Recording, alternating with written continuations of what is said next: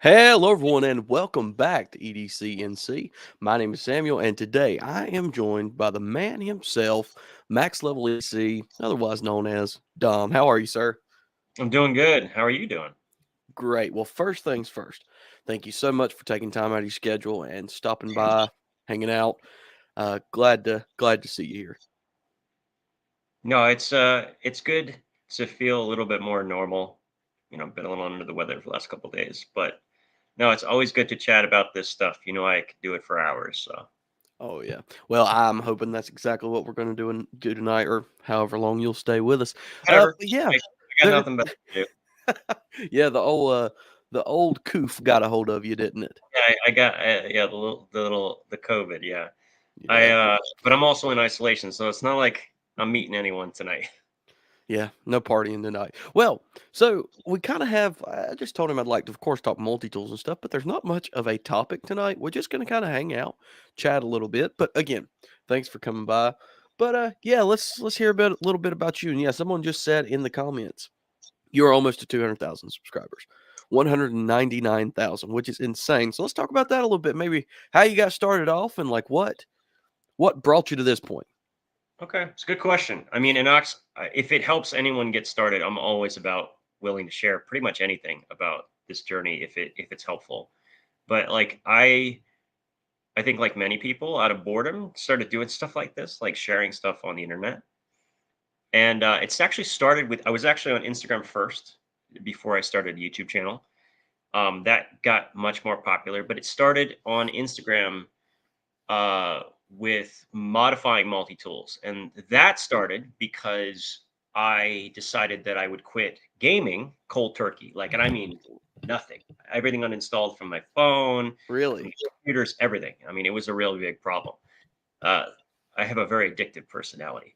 So I needed something to do the problem solving sort of puzzle esque part of my psyche. And I don't know what happened, but I ended up back modifying multi tools. And that was because I was frustrated with the fact that nothing was exactly what I wanted. So I wanted to make something my own. And it started that way. That's really the way it started on there. People really liked it. And then I discovered this thing called everyday carry. I'd never heard of it before. I started doing research and went down that rabbit hole and just really enjoyed the process. It was good times. Now, what got you started down the everyday carry path? Because I know I can remember exactly what got me started, but what got you started? Well, you know what it is? I'll tell you. It's these little experiences along the way. I actually reiterated it in a recent video. I was talking about a company called Anti Gear Co. Anti Gear Company.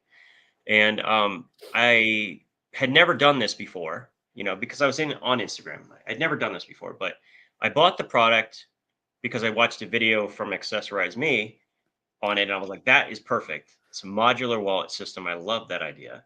So I bought it and I really, really liked it, but it wasn't perfect for me. So for some reason, I decided I would email the owner. I'm like not email, but like message him on Instagram. I'm Hmm. like, I'm not gonna get anything back.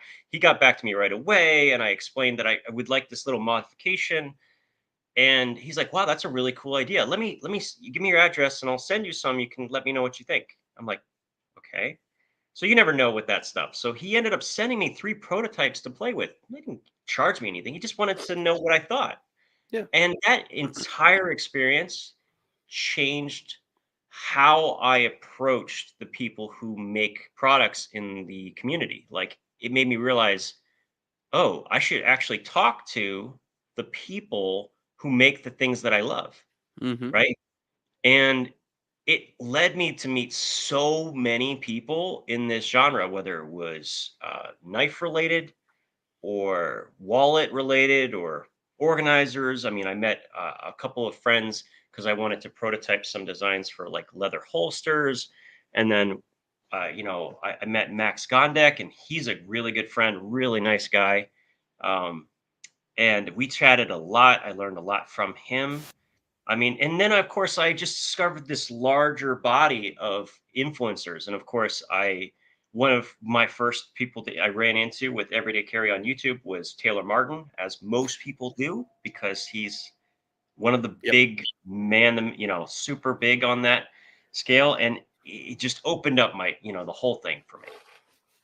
Yeah, I feel like Taylor almost gets brought up too much, and not, you know what I'm saying? Like, I think I think it's deserved. He really right, has changed it, and it's well deserved. He really does very deserve much so. credit for making it something that people wanted to participate in. And people forget that his channel used to be called Mod. It Yep, used to be called modern Mod. outdoor dweller. Yep. I watched it before that, and it was when it was called Mod. And he did cool things that I really like. Because remember, I was Hmm. saying I was modifying multi tools.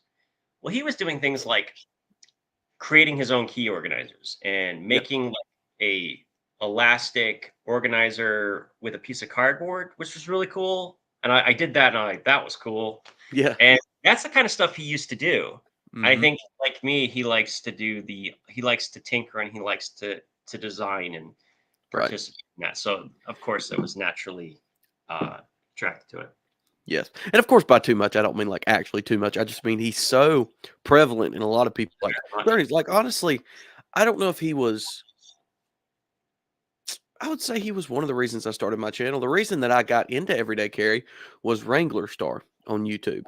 And he said, get the 940, get the 940, get the 940. And I used to love watching his homestead videos and stuff like The that. man Like, is and I still, it's marketing genius. oh, I I have still love watching him like work on the shop and stuff. Like, it's very entertaining channel.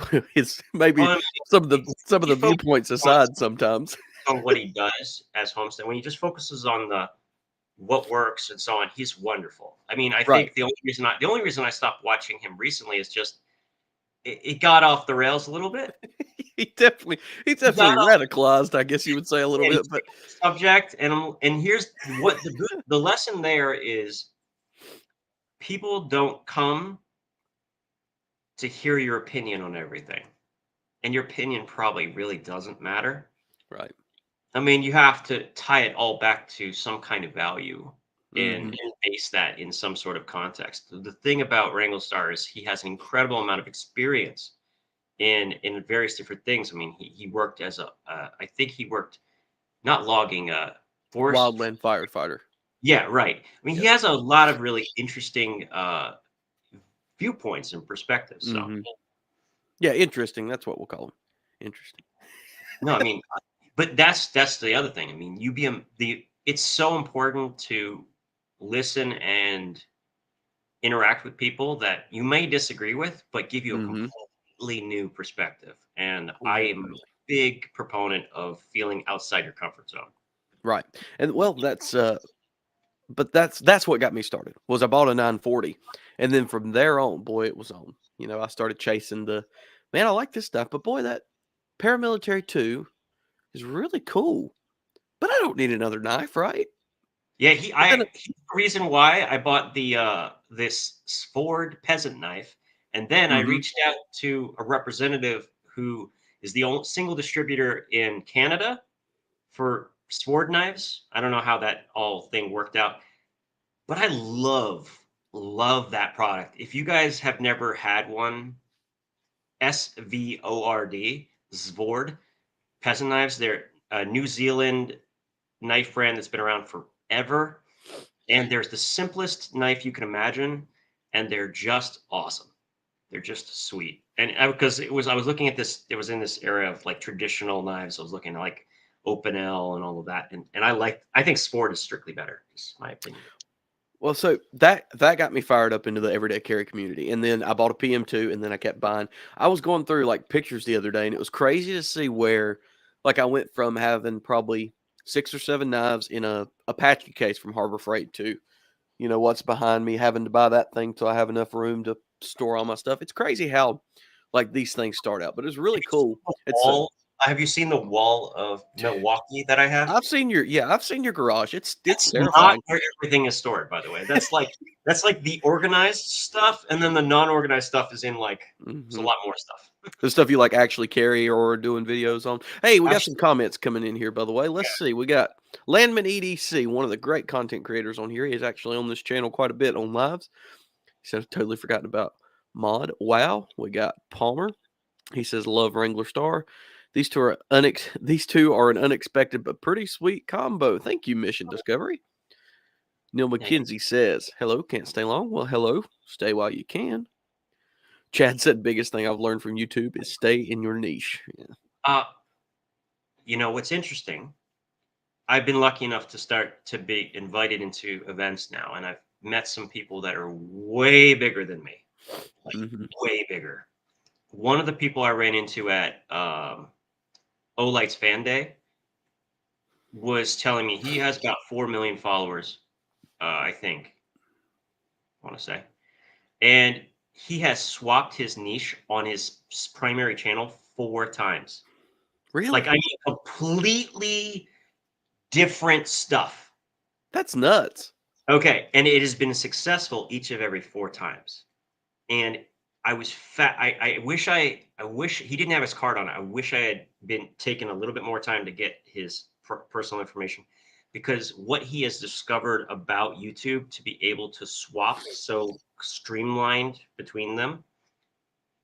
Yeah, I don't quite understand it myself. Well, this is not a main channel It's example, but this possible. is a say again.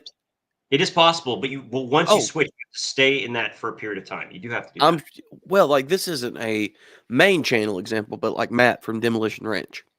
He Oh yeah, has done Demolition Ranch, which is like the biggest gun channel, and then you've got Off the Ranch, or now it's called Matt Carricker, I think. But the dude's got a channel that has the success that some of us will never see on YouTube, and it was just on the side. Like that was his side channel. He also had Vet Ranch. He had all these different things. So yeah, I think you can. For some of us, I think it'd be better for us to start a different channel to do a different niche. I would But agree. some people can make it work. I Yep. mean, like it's nuts, like that guy you're talking about. Yeah, I mean, it can work. It can work, but generally for most people, it's less risky to start a separate channel. It really is. Much less risky. I mean, there's not you don't lose anything if that doesn't work out.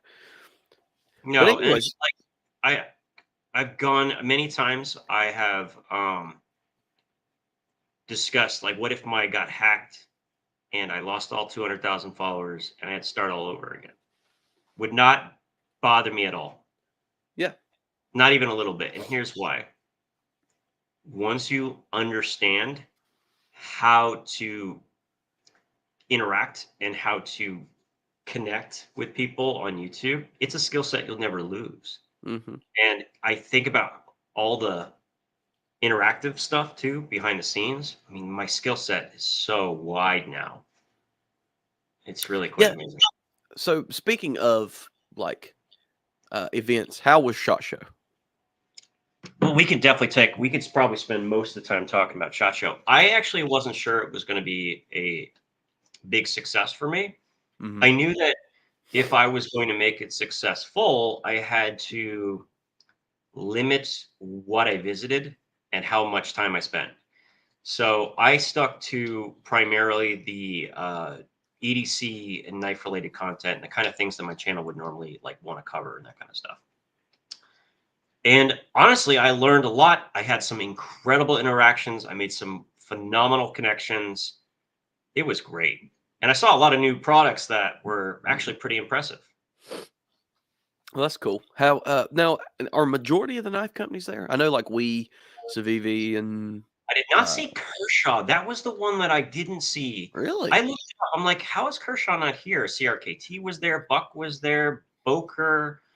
I mean, Case Knives. There was a ton of companies, and I didn't see Kershaw. And I was actually excited to go to Kershaw's booth. They're in like a renaissance right now. Right. I really think that they have caught they figured this out before the other companies figured this out. Like the new crossbar lock that they've designed is perfectly in line with where it should be and just right. Like they've really started to figure this out. Like the Iridium a couple last year was really popular. I wanted to talk with. I really did want to see like if they had the marketing director that I really wanted to understand the vision. Well, another company we've really seen turn and do that is, CRKT. They've really impressed me with Yes, what they've been but doing. I haven't been impressed with Sierra KT in past years. I have not at all. No, no, but now they've really started to pick it up. Have you seen some of their new stuff? Well, I mean, I was there. I went to their booth. I played with a lot of the new knives. Uh, they have an a couple OEM products from Hogue, which is Mhm. smart.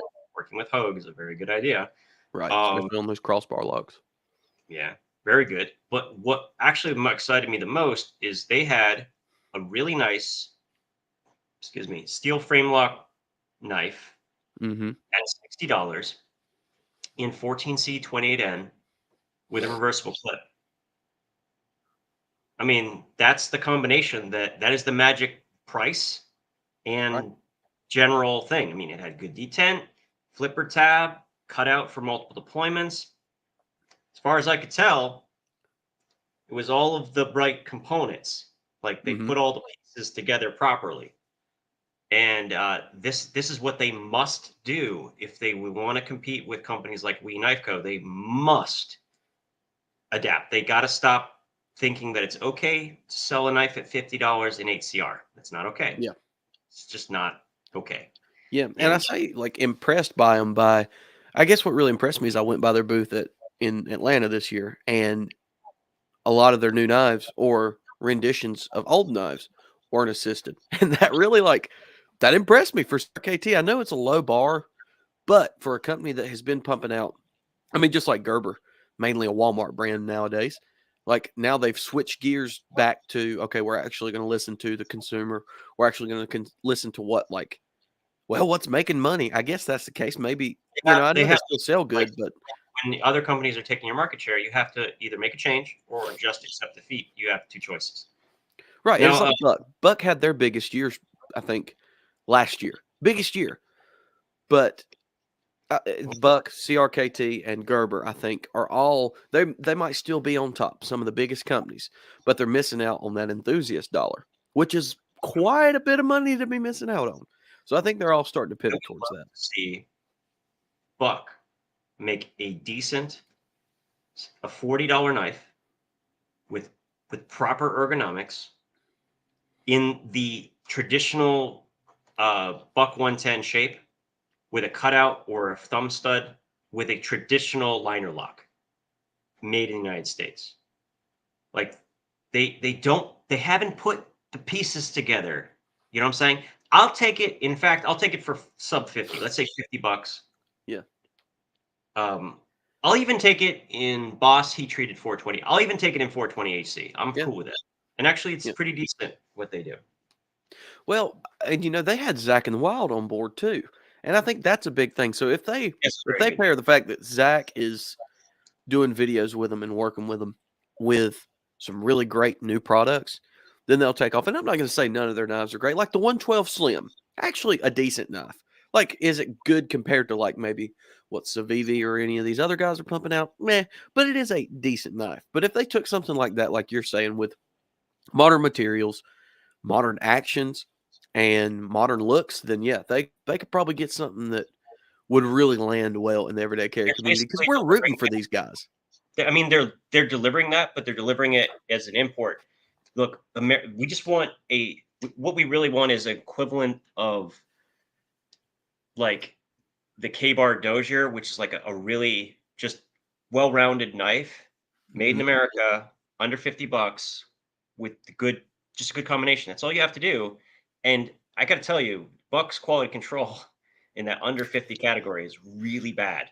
Mm. Like really bad. Palmer here in the comments was just talking about Gerber, and I'm sorry, I don't have anything to add to what he basically said. Unfortunately, they do have their moments where they have great design, Mhm. but their execution.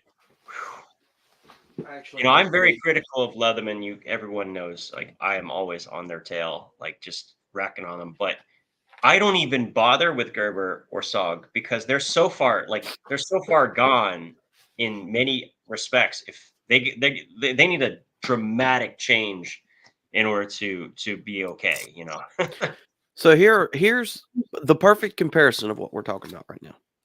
All right, Gerber, great design. I'm talking good Yeah, some ergonomics, great good designs. blade Like they shape, had a really good cool everything. button lock knife that came out, and it was like, oh, this is great, and it's in like Mhm. 7 CR, and it's like $60. They're like, what? Exactly. This is what even is this? I think it might be 440, and it might be like 440A, not or Yeah, for whichever 40A, one. Yeah, like the crappy 440, and like then The sheath is horrible. I mean, horrendous. I think this knife runs like 50 to 55 bucks. What are you doing? I Okay, mean, come on now. can we talk fixed place for just 5 seconds? I want to talk because Well, I'm now let me insert this real fast though, because it, go it ahead. goes right with what we're talking about. So that 50, 55 bucks. Now, speaking of CRKT being in their renaissance, the Razel, much better sheath. Now, this is not much of a clip for your pocket. I mean, no, this is the CRKT Razel. Oh, okay. Now, guess what? I think you can get these for 50 to 60 bucks. D2 steel, which I know I want to Better. fix Now we're blade in kind of a chippy, different but range. much better than 440. Micarta handles, red accents for the liners, and great ergonomics. Just by a fantastic This sheet that designer. came with? The sheet that Do you again? had, is that the one that it came with? Yeah, this is the one they came with. Oh, that And looks they're nice. obviously going for the everyday carry, guys. Now, this doesn't do a great job of clipping, like holding on to it when you pull out of your pocket, but you can, like, if you need to, use your thumb to push out. But then CRKT's coming to the table with this for 50 bucks. Like, that shows Okay, you, excuse me, that CRKT is that's a trying. $15 sheath. Let me put it this way, that sheath, like, it's not perfect, but that is a $15 sheath. Like, that's a decent sheath right there. Right. And Like more that than likely, it's Tech Lock or something compatible. Like, you could put an ulti clip on this and have a great fixed blade. Yeah, I'm But gonna that's my answer point. I wanna answer Tommy's question, why does everyone not like D2? Okay, I don't know why everyone else not doesn't like D2, but I'll give you the 2 reasons why I don't like D2. First reason, D2 is a terminology for a combination of elements in steel, but does not mean that it's coming from the exact same place with the exact same quality control and the same consistency in its, making of it, because it's an ingot steel. And if you're doing something like K110, which is Bowler's in-house D2, the That's what I was about to say. grain Yeah. structure is so fine and really good. But like if you get D2 from unknown sources, it can be absolutely the worst steel you've ever had. Worse than a 7CR or 3CR, just chippy and nasty and just awful. The problem is you can get it wrong. I don't think CRKT or Kershaw gets it wrong. They kind of need to get it right. Like they need to source it correctly and so on. So D2. If you get D2, you have to know who makes it. That's my problem with D2. Like if you go online right now, you could buy a $30 knife with D2, and you don't know where the heck that D2 came from. Right. Yeah, K110. I was just about to say about K110, and you beat me to it. And you talking about getting knives for cheap with good steel. I have a pile of knives, and of course, I they're not the love ones I that need. topic. Oh, that one, yeah, that one is so far an Too outlier. good. You're not allowed to use that as an example ever. Too Like that. good. No, no, no, no. Did the people know how cheap that knife is? I put it in my Christmas gift guide, or a couple of my Christmas videos. I think I mentioned this knife. It's too That good that not to knife mention, price because of the video I made on it. Okay, like a lot. And it's still under $40 for which is titanium nuts. lock knife with 14C28N blade steel. Like, and it's Yeah, and you would expect the action to be garbage on it, but no. This is, and I got this off of your recommendation, of course. But great so nice. action, good ergonomics, a useful blade shape, and it's got speed holes. That's a plus or a minus for different people. I don't know, Usually it's a minus for me, but I don't it's care. better grip. I like it because it has better grip. I like it a lot. It's a good enough. I haven't taken it out and beaten on it. I need to though. So okay, this is another example. 14C28N. How can I say always that I like it? Right? How can I say that I always like 14C, but I hate D2? Right? This is a great kind of answers both questions. Hmm. 14C28N is made by a company in Sweden, Sandvik. No one else makes it. Okay, so we know what that steel is, right? We know what the steel is, and it's also a very easy to heat treat steel. Like it's really hard to mess up 14C28. It's actually one of the easiest steels to mass heat treat properly. Like you can get 59 to 60 HRC on 14C very easily without messing it up. So Well, there's actually a Sandvik factory like 40 minutes from me, and that's cool. that would be cool to go tour one day. Be fun. It would be fun. Okay, so where were we talking? Oh, I wanted to show you this fixed blade that I'm crushing on so hard right now. Yeah, dude. Oh yes, I saw those. Oh wait. You're gonna love this. I did not realize that the sheath was so good. Like it looked chunky on camera, like on pictures. I feel like an idiot for not picking one of these up when it first came out. This is the Hmm. Armature 4 from Demco. They sent one of these out. I talked with them in the booth. They sent out actually they sent out a few goodies. So check out this goodie. This is my this is perfection right here. Yeah, buddy. But I thought they were sending me out cheap like plastic handle version. No, they sent me the nice one. Mm-hmm. And this is in 3V, which is exactly the right scale for it. Yeah, I love it. Sweet. Oh man, so good. But no, but this sub $100, I think it's 80, 70 to 80 bucks. Yeah. 80 CRV2. So I think they were telling me this is the first production knife made in this steel. Are you Hmm. familiar with it? No, I'm not. I mean, Okay, I've heard so of it, of course, like in custom fixed blades, like at Georgia Bushcraft and right. stuff. But So you know that something. 1095 is a standard, like companies like Tops Yeah. Knives, SE, they use 1095. 1095 is actually not very tough. It's actually not very tough, and it doesn't have the greatest edge retention. Hmm. This is like almost a strictly better carbon steel. It is way tougher and with better edge retention.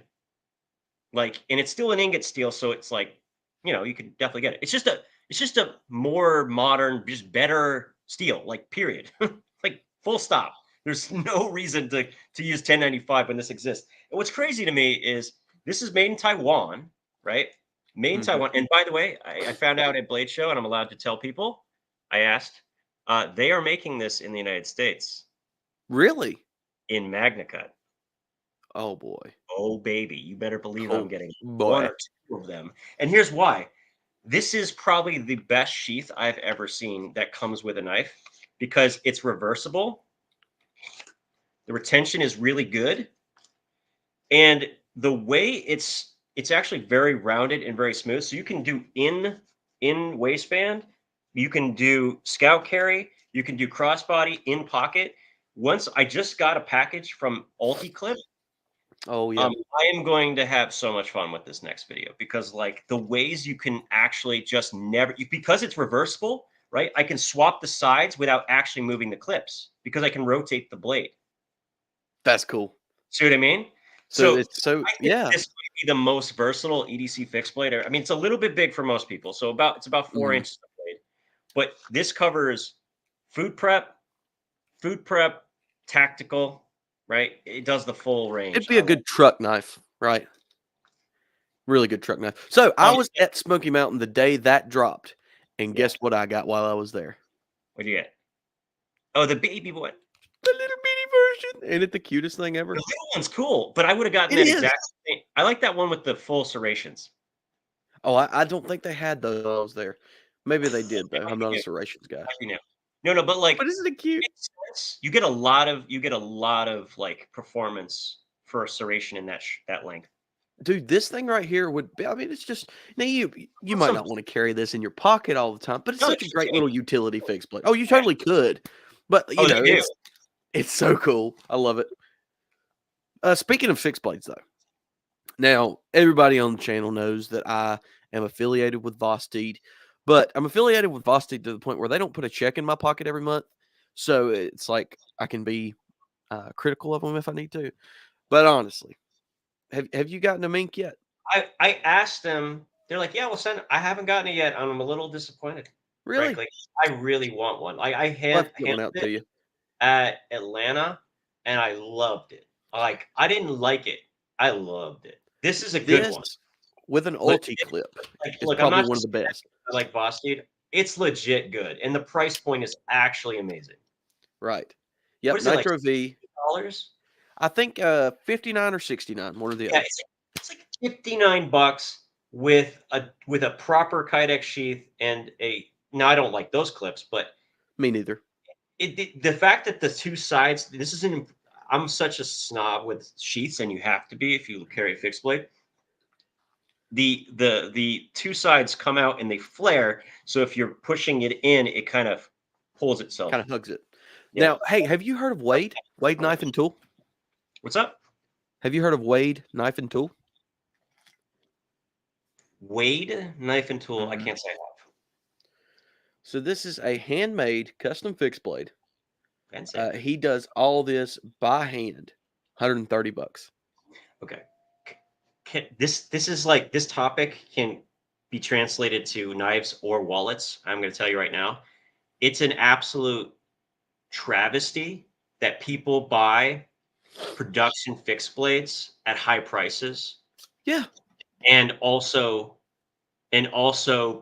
production wallets. It's the same topic. Like people go and they buy this $200 Coach piece of junk wallet, and you can buy handmade American leather, beautiful work, just customized to you to the nines, anything you want for like $60, right? Yeah, actually. My last Like, short was about this. like you go on it. Like I know a lot of knife makers on Instagram. If you please, for the love of God, go buy something from Instagram with these custom. $150 will get you a custom knife made in CPM 3V with a proper sheath. I mean, come on. Yeah, these are made by my cousin, actually. Erect Custom Leatherworks USA, handmade, and they're $35. This one's Yeah, oh, I this have a one's very similar patina. design from a company called Get Set Gear. He calls it the Bruce. Very similar. Hmm. So you I like see, this. I've heard. Oh wait. Well, I don't know if I should bring this up or not. The whole leather stuff that you went through recently. That you I were don't want to bring that up right now. okay. Yeah, move on. I actually don't think that's the solution to the problem. What Hmm. I will say about leather goods is the same thing I will say about almost every minor under genre of EDC, and this is what makes me so sad, is we are all in this kind of this thing together, right? Hmm. Like your success is my success and vice versa. Right. If you are working in a small genre where major corporations could just come in and take anything and there's nothing you can do about it, leather goods is an example because there is no patents or copies or anything. Right. It behooves you to support your fellow maker. It really does. And you can take different tacks when you talk to each other, and maybe somebody uses something similar to you. Use it as a way to create a new connection with that other maker and have a mutual respect with them because you can't make enough wallets for the population and neither can the other guy. Right. Okay. I'm going to leave it there. All right. Yeah. There was a So let's cool let's thing let's somebody address asked this real in the quick. comment, and I wanted to quickly jump back to that. What boggles my mind is how many knives YouTubers have. Like they're so Oh, expensive. that's How do you guys do it? I am so impressed. Well, thank you for not like being antagonizing. I will tell You you explain it, honestly, Dom. You've most you've knives seen get much sent higher to of a level. me. So many, if not all of the knives I get this nowadays are all sent to me. I don't buy any of them. I do buy some knives, but rarely. Um, Even at the size of my channel, which is I'm just a little over 2,000, I get sent knives as well. And now, like this one, I bought this one. I buy a lot of my own knives, and I but will explain, then the rest of it because I know there's going to be a couple follow up questions that are pretty obvious here. oh yeah. Go ahead. Number one, does that cause you to be jaded? That's going to be the biggest question. Is that going to cause you to change your opinion on it? Now, I really worried about that when I first got into this genre. Like when I was starting to do it, I was like, is sending me knives to make me feel like, you know, and not really. My biggest concern when somebody sends me a knife is that I've been cherry picked a best quality version of that knife. That's the Hmm. biggest concern I have with getting sent knives. But I always try to be as honest as I can about that because I remind even the people that I work with, whether it's Vosteed, We Knife Co., Kaiser, or anyone else, that I don't work for them. I'm actually here for my viewers, not for them. Right. So the moment they become a problem, and I've had to stop talking to some of them, the moment they become demanding or they say you have to say this or the other thing, Right. done. Hey, here's Wade right here. He's he By the way, most companies are actually amazing, so I haven't had that very often, but it happened a couple of times. he hops into lives and stuff like that. He's actually very very active guy on here. But yeah, that's the guy who makes this. We were just Sweet. talking about you, Wade. Looks I good, don't. man. It's like you can't stop talking. You talk about him and he'll show up. Actually, he's got a few. He's got this in a Warncliffe version, which is a beautiful knife. He's got one coming out with Crispy Donut Community that is carbon fiber and a Warncliffe. He's got some cool stuff coming up. At Kryptonite, I almost spent $1,000 on a couple custom fixed blades. Sheesh. Yeah, there's a company in Germany called UG Tools. They make MagnaCut fixed blades at 65 HRC with a 3D printed titanium handle. And I'm like, oh, I almost bought like way too much stuff. Yeah, like the Scouts. I think it's Griffin Scouts. Those are. Um, I think I've. I'm trying to think if I've handled Taylors before. I think I've handled Taylors, and they're really cool knives. Like they are some of the best looking fixed blades.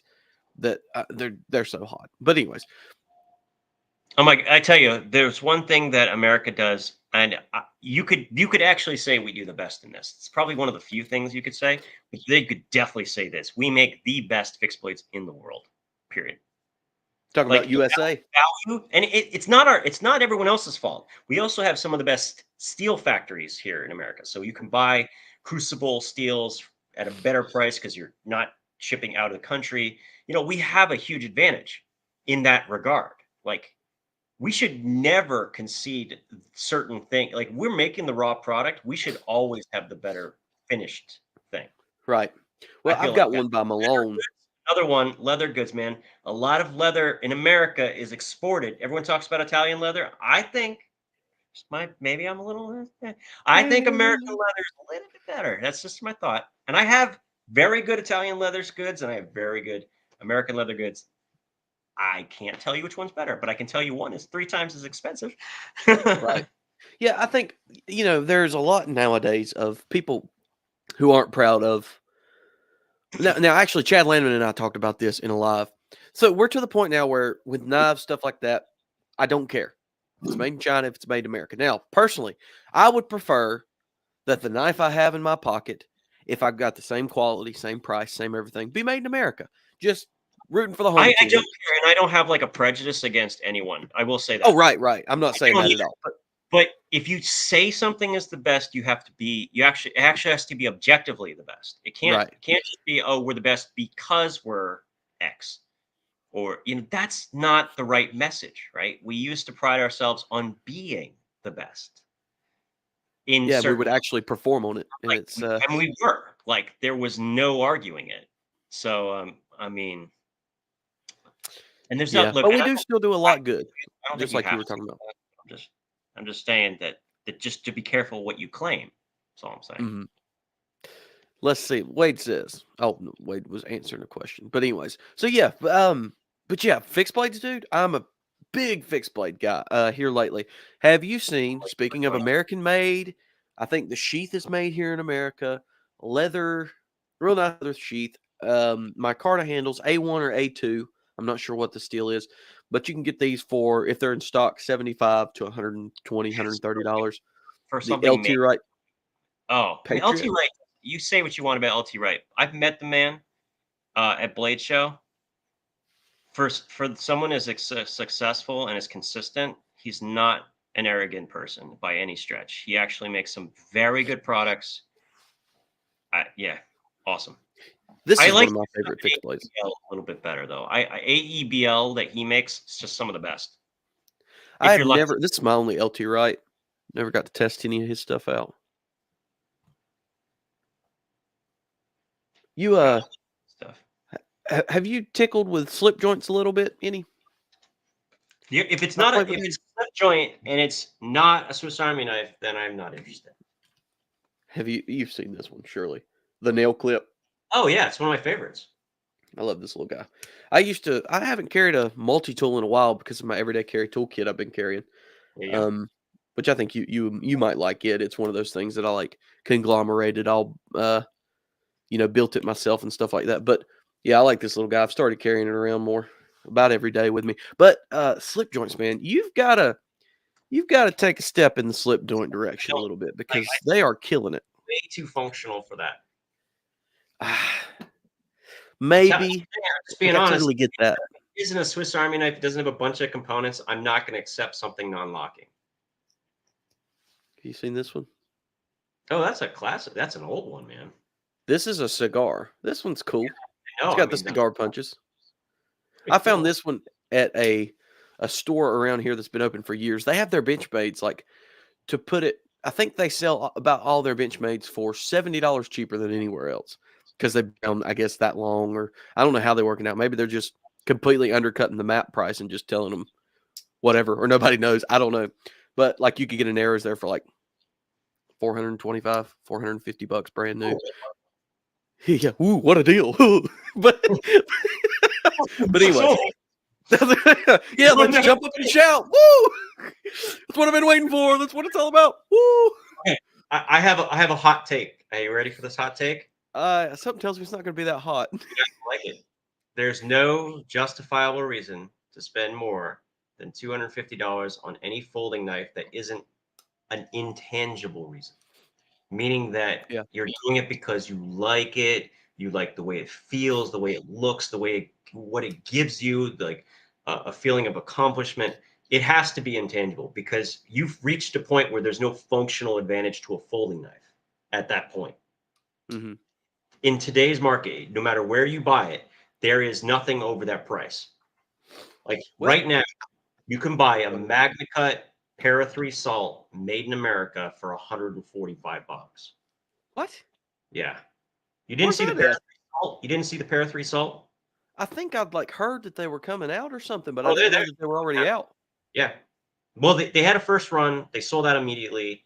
I mean, I have a pre-order for it from Knife Center. I'm waiting for it to come. I handled it at SHOT Show. It's even better than I thought it was. Sweet. I handled Yeah, it that's also, pretty awesome. but uh, yeah. Have you But seen like that's what Benchmade's new I'm water saying. line? And then they have the Para 2 Salt as Mhm. well that they're releasing. And that one's like what, 220, 210, something like that. Mm. And if you really like want to go up even further, but I would argue is not actually better, you could get something like the Quiet Carry Drift XL, Mhm. or you could get something. But that's the end of the functional range of folding knives. It does not exist. Like, and then when you go tough, you have like the 8010. You have the I mean, here's the thing. Can you really argue that the S35 is really that much better than the AUS 10 for something like the new? Have you seen the new 5-inch? The oh, what's it called? Uh, uh, it's the 5 Max. Have you seen the 5 Max? No, but let's look it up. Yeah, yeah. You wanna see something gloriously cold steel like? It's the Very. 5 It just Max exudes cold steel, huh? extra extra inch Here, let's monster. see. But Let's no, do like this. what I'm saying is like you get to a cap. Fixed blades, I don't believe there is a cap for price on fixed blades. I Oh don't. my goodness. Well, that price I did not know that. What's the steel? Whoa! Okay, first of all, you can never go by Cold Steel's like website Right. because it is so inflated, their base price. That's That's a lot. 35. I will tell you right now, that is a ton of S35. Look at the weight. Where's the weight? 12.4 12 ounces, ounces. baby. That's 3/4 of a pound. Yeah. It's an Good gracious. absolute monster knife. 4.8 millimeters of S35. Dude, that's like base cost. That's probably $150 in S35. That is insane, dude. Oh Wow. my goodness. That's nuts. It's huge. That's for sure. Oh, look, it says Demco on it right there. That's cool. Which, how did they do that? I guess that's still his maker's mark, right? So No, he can put no, that on there. they must have gotten his permission. He Had to must have have. for Cold Steel. There is no way they could put Demco on that blade if he didn't give the permission. Oh There's yeah, no totally. because the 4 Max Scout doesn't have his name on it, and that's his exact design. Pretty You know, sure it one that does. I've never loved is the 8015. Yeah, 360, 319 on Knife Center. That's about what I would expect. Yeah, that's not like you said. That's a lot of S35s. That's a lot of S35. I mean, we're talking like 4 different knives could be made from that. Oh, here we go. Here it is. Well, I mean, he definitely doesn't for that money. What are we looking at? This comment for that money, I would rather buy a gun. That comment Yeah, right there. I think there's You're a not wrong. You're not wrong. I'll say there's a that. high point. There's a high point number. Like I think we could just define it as the high point number. It's like once you hit the high point money, you have to make new evaluations, right? Like you get to high point money and you're like, it's just a knife. Like you get to that Well, point. now I would rather have just about any knife that's going to cost me as much as a high point. If I want to throw something at somebody, I'll just go get a You, brick. you say that, but I watched Demolition Matt hate I those know, things right? that actually do pretty good with them. So, Have you ever shot one though? mm-hmm. It's like taking a brick and Oh, beating no, your hand to death. It's I have not. insane. I have not shot one of those.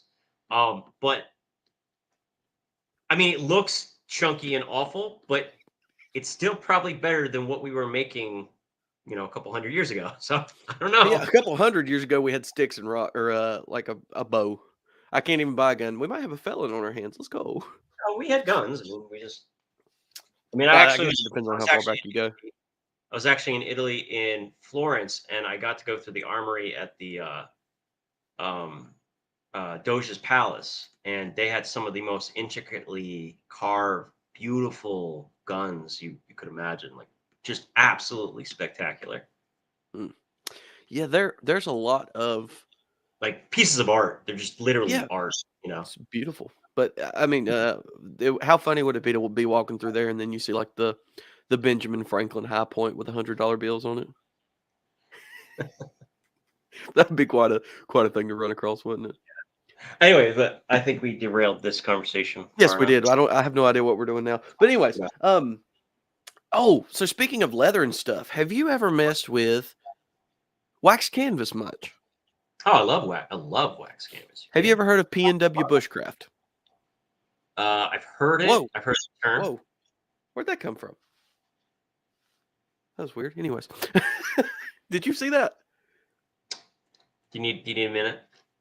I I guess it's like a it's like a MacBook thing. Okay, cool. Anyways, oh wait, if I do this, won't it like I don't know. We'll Oh, start throwing up gang signs in a minute. But well. anyways, so PNW Bushcraft are you'll never guess where they're from, the Pacific Northwest, state of Washington. Heather, she was at uh Blade Show. I think they were in Atlanta this year, and they were in Utah. But they make some waxed canvas goods. Hmm. And actually this fits in it perfectly. I think this Victorinox, and you can slip whatever fits in there, and it's got a big open spot on this side, but it snaps apart to become a beautiful. And if you make content, it's beautiful for thumbnails and stuff. But a really cool dump tray. That's cool. That's It actually a is neat really cool. organizer to a dump tray. That's neat. And I mean, I can fit about my entire everyday carry in here when I stack it up. But it's really cool. And it's USA made, handmade, just like we talked about with the leather goods. And she makes all kinds of stuff right here. Wax canvas will outlive things that should never last that long. Like wax Um, canvas is almost unkillable. This is a roll they made me.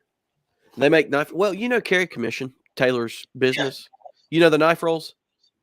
Hmm. That's P&W Bushcraft that Nice. makes those. So they have some really cool stuff. This is a really nice roll. You can put knives or different things in there. And yeah, but they make some great stuff. And like this, I think, of course, it's a little bit pricey, but it is handmade wax canvas. I think like I want to say $40 for this, something like that. But when you think about like handmade leather organizers, you're not too far out of that price range either. Yeah. So You know, anybody who's looking for that stuff, you would think that money's just flying around and stuff, but the reality is, this is our job. This is what we do. right? This is my job. Like my job is to do this stuff and talk about it. But if you really just wanted one good thing in each of those categories and you're willing to take your time and assemble that, there really isn't anything out of reach. You just have to decide that those things are worth it. And the hard part is that part, right? You spend this time trying to figure out, do I want that? And then something new comes out. That is why this is a thing. This is why we do what we do, is because inevitably new stuff comes out. And we can kind of hopefully, if we're doing our job well, we can kind of tell you, is it that much better or not? Right. That's really what we're here for, to kind of do that. Well, So I think I'm under the, and I've heard many people say it. Again, going back to Taylor Martin, I've heard Taylor Martin say it. I've heard all these people that have been in forever say, "I wish I could just like pick one knife and just carry that knife for the rest of my life," stuff like that. And so I get that feeling too. But like, there's such a, it's so much fun with all the gear, and maybe it's a problem. It probably is a problem, but it's so much fun having all this different gear and getting to try it out, and how much fun it is to get this stuff and be able to review it and talk about it. And like you're saying, like just go over the little difference nuances and stuff. It's just a blast. look, I will tell you though, I probably wouldn't do it if I couldn't amortize it. Oh yeah. I'm not sure I would do as much as I do. Well, I definitely wouldn't do as much. Like if I had to, well, here's the thing. The hunt here's the real cerebral part. This shopping and scouting and researching is the modern day equivalent of the hunt. Like Yeah. you, the process leading up to the purchase is more fun than the having. It is. Hmm. Like What happened with for me, this? the research is the joy. The owning is not the joy. And it's one of the reasons why on my live stream and monthly I give away stuff. I have to give away stuff. I have Hmm. to. Like it's getting out of control. And what makes me upset, what gets me anxious is all this stuff sitting around when it could be in someone else's pocket who would really get some love out of it, who really just wants the one thing, you know? And That so actually, I'm going to probably downgrade a lot more in the next year. Like, and I mean, I say that, I know I say that every year, but I have an entire box of stuff for sale that's going to be going up soon. And I just have to because it just doesn't feel right. that is some of the most fun too, is gifting other people something. Like, Well, it's the the guy that, most, it's the only thing I get joy out of nowadays, like for the well, most part. the guy that like carries the gas station knife, or like I literally have a guy at work who carries a clone Benchmade bug out or mini bug out, something like that. And I gave him a Kaiser original today because I had it, I wasn't using it, and so on and so forth. So I gave it to him, and like it's so much joy to, because I've talked to him about knives, talked about him to him about trips and stuff like that, and not like rubbed it in his face intentionally, but I've talked enough about it. Like I kind of owe this guy to share the love a little bit, and it's really fun to do that. We all start somewhere too. Like I was reading some comments, it's very we have to be incredibly sensitive of how difficult it can be to achieve some of these things. I mean, like I can tell you, and I'm not sure how I feel about it, that I can genuinely look at a $500 knife and decide, do I want that or not? That is a surreal experience that doesn't feel like it's not normal. Okay. I don't want Mm-mm. anyone to think that that's a normal experience. You should never get to that point, preferably, unless you're doing this specifically. I don't think you should ever feel like that. And even if you do, there's some realization that what you're doing is talking to people who maybe they're looking at that thing, but it's just like that's not fair. I don't feel it's fair. It doesn't feel fair to me. Like when I don't never get any joy showing like expensive knives that I buy. Like I do buy very expensive stuff. I don't even show it on the channel because I Yeah. I really don't want people getting the impression that this is normal. It's not. Right. It's Yeah, I just not think that's, well, okay. that's again, we keep talking about it, but it's kind of the pinnacle, I guess you'd say. It's like Taylor Martin. He gets a lot of hate for that. A lot of hate for putting expensive stuff on his channel all the time. But what if Now, we understand that he is trying to do what he did from the very beginning, share something he's passionate and joyful about. At the end of the day, that may change for all of us. We may even go completely outside the genre, but it's not genuine if we're not sharing something we enjoy. right. Is that Right. fair? Well, I mean, I'm getting to the point where, like, and I'm not trying to sound like elitist or anything like that, but in my personal collection, now this doesn't mean I don't enjoy them still. This doesn't mean that I won't still. I mean, this is the only knife I've bought in months. And it's like a $60 knife, but it's a different type. It's a slip joint instead of a regular folder, stuff like that.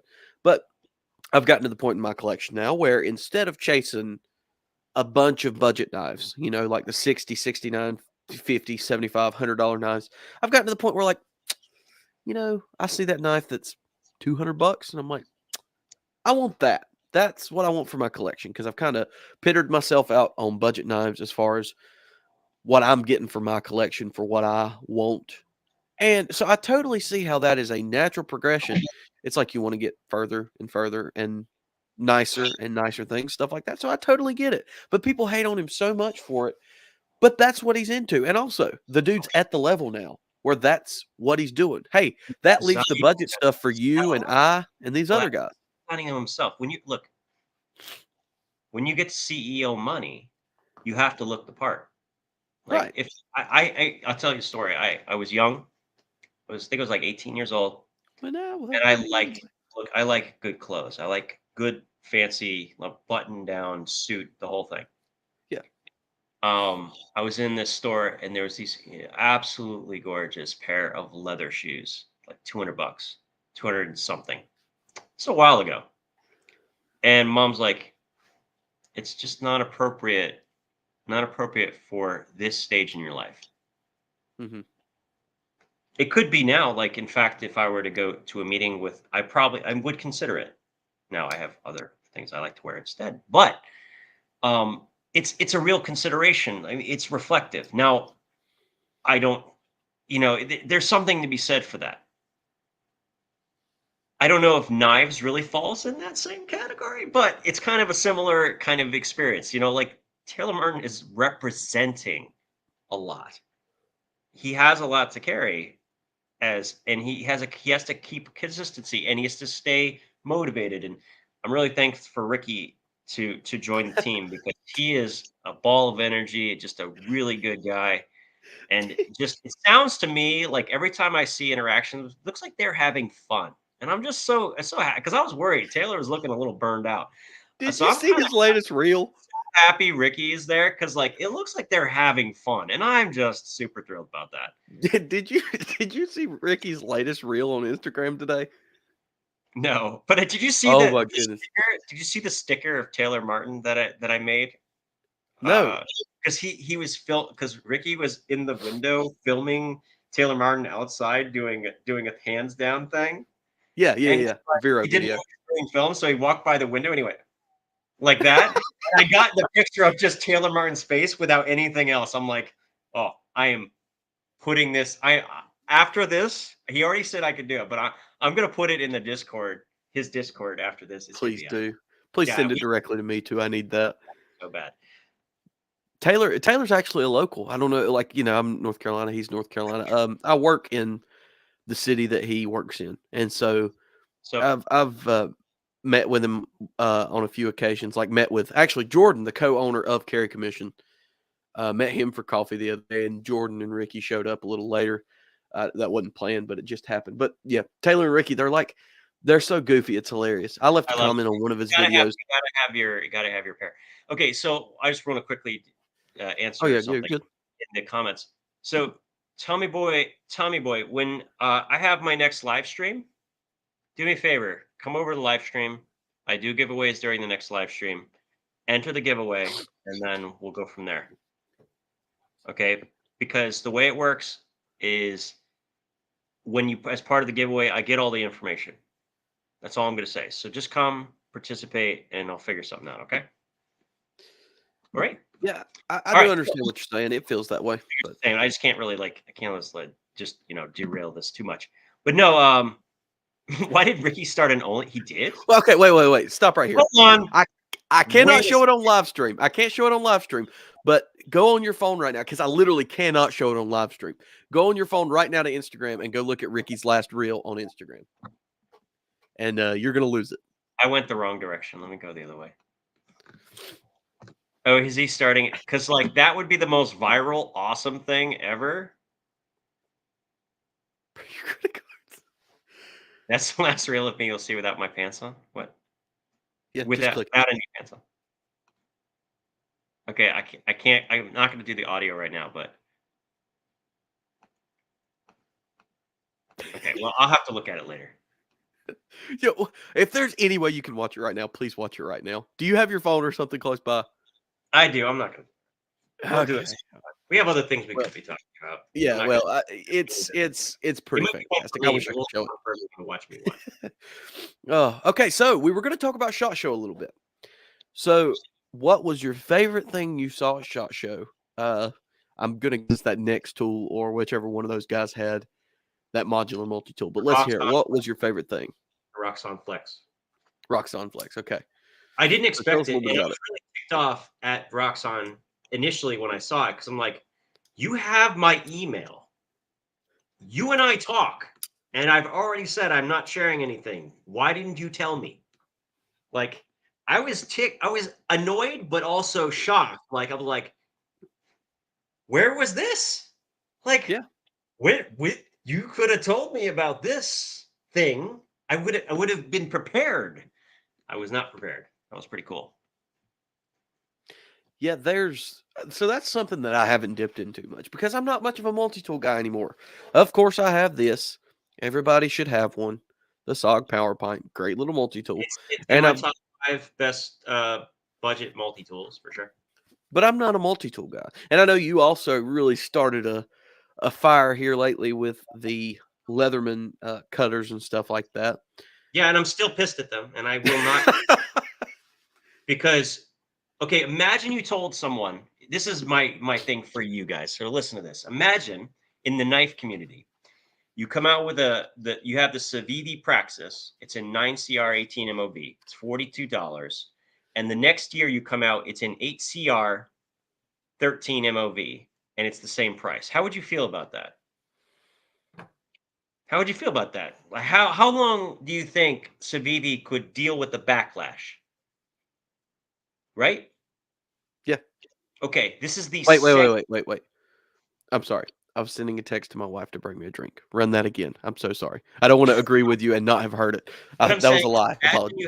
imagine it a knife, and it's been the same price, and then you come out with this next year with a new knife that you say, but it's in a worse steel, same Okay. price. Okay. Yeah. Yeah. Okay, that's essentially what they've done. So you would be better off buying a used Leatherman pre 2019 than buying a new one today. It will have better performance. How would you feel about that? Wouldn't you feel Yeah. I a little wouldn't pissed be off? too thrilled. And not just that, it's not the same price, by the way. In 2019, it was $80. Today, it's 120. So you're paying Wow. $40 more for worse. How would you feel about that? Like, Not very good. I will tell you right now, I am the definition of a super whale when it comes to multi-tools. I've bought brand new 50 Leatherman tools in the last 5 years. 5 years. Wow. 50. Okay. That's not used. I've more than doubled that number in used Leathermans alone. Leatherman, just Leatherman. Okay. I mean, I give, and I pass them on and all this other stuff, and I modify them and all this other stuff. You would not believe how many of those had major problems out of the box. You wouldn't even believe me. And if you combine me with my best friend who's also into multi-tools, he had more than double that number. It's the statistics are so bad. Like, I couldn't believe it. I That am hard on them because they are the only multi-tool company that has redeeming that can move forward and be okay because they still have some credibility left. But they're borrowing on that credibility so hard right now. And not just now, but like over the last couple of years, they have yeah. to change this thing. Well, Okay. so what did they do? Now I know the cutters used to be 154 cm. What are they now? Okay. So here's the best part. So they came out with the original design. They used 154 cm cutters, but they had a problem. You know what the problem with the 154 cm cutters are? Mm. They never bought any others. Like no one ever bought one because they never broke ever. Oh yeah. I have Oh. I have a ST300 that's basically coming apart at the seams, and the cutters look exactly the same. And it's not Dude, even mine. I know this guy was working in the trades and the cutters look flawless. And so what they just like, well, we're literally not selling any. So we're going to go to the premium steel.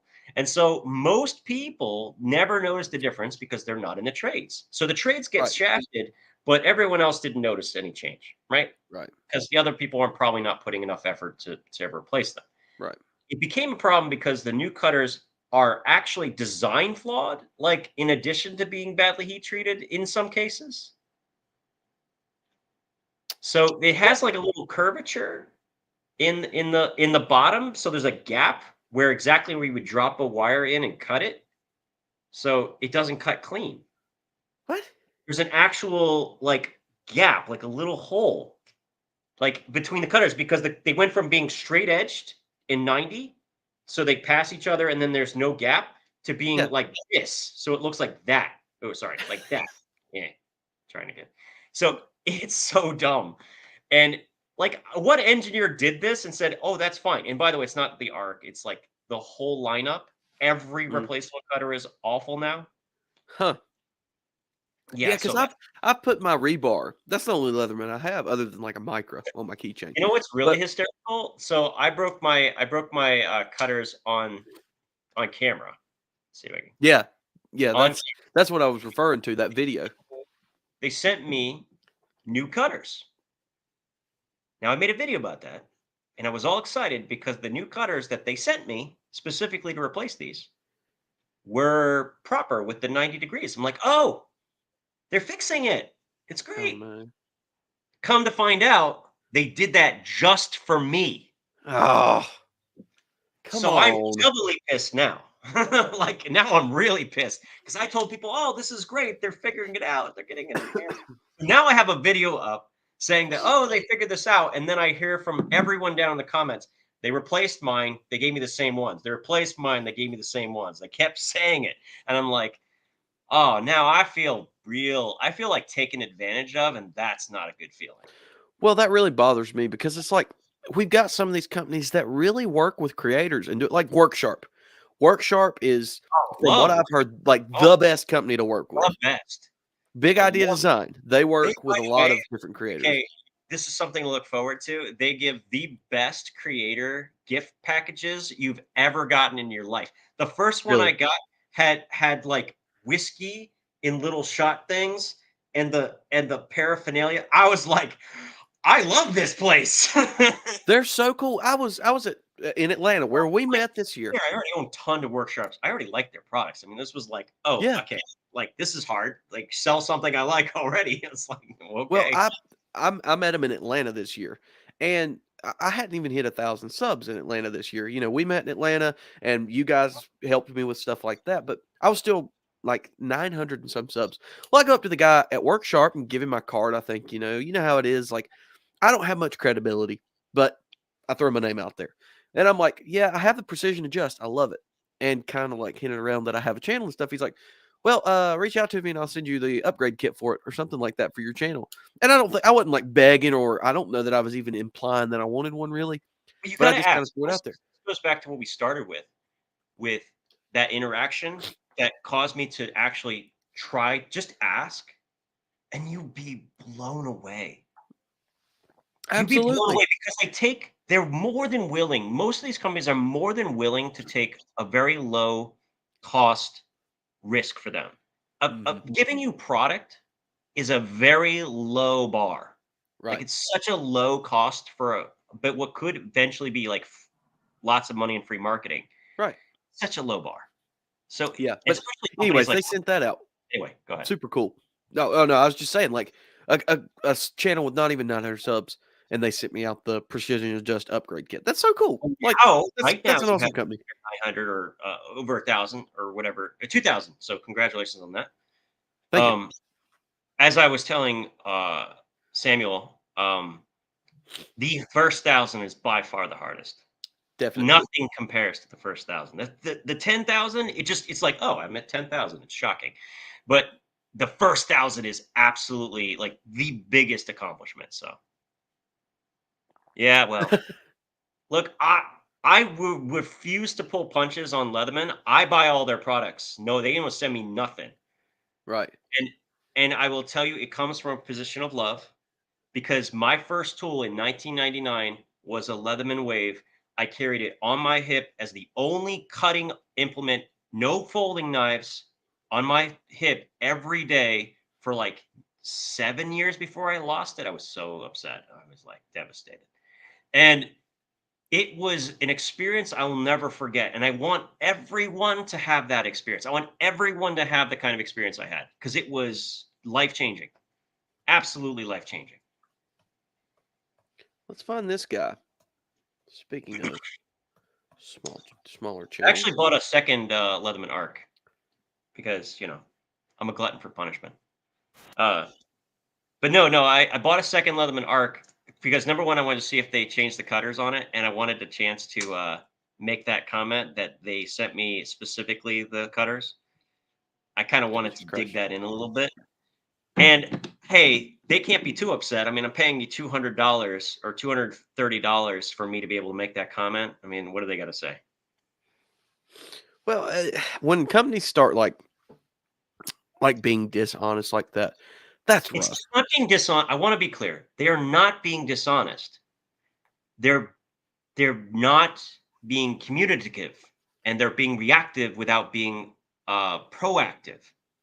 Well, Like, I feel like them sending you those specific cutters was very dishonest. but can we be honest? It could have been the one guy Yeah, it could have been. grabbed Yeah, the it could have been wrong totally. box, or they had a couple left over. Like, it could be like it's an assumption. I'm still making an assumption here, Yeah, but it's a strong one try. because the same guy You're who giving them a lot of started leeway.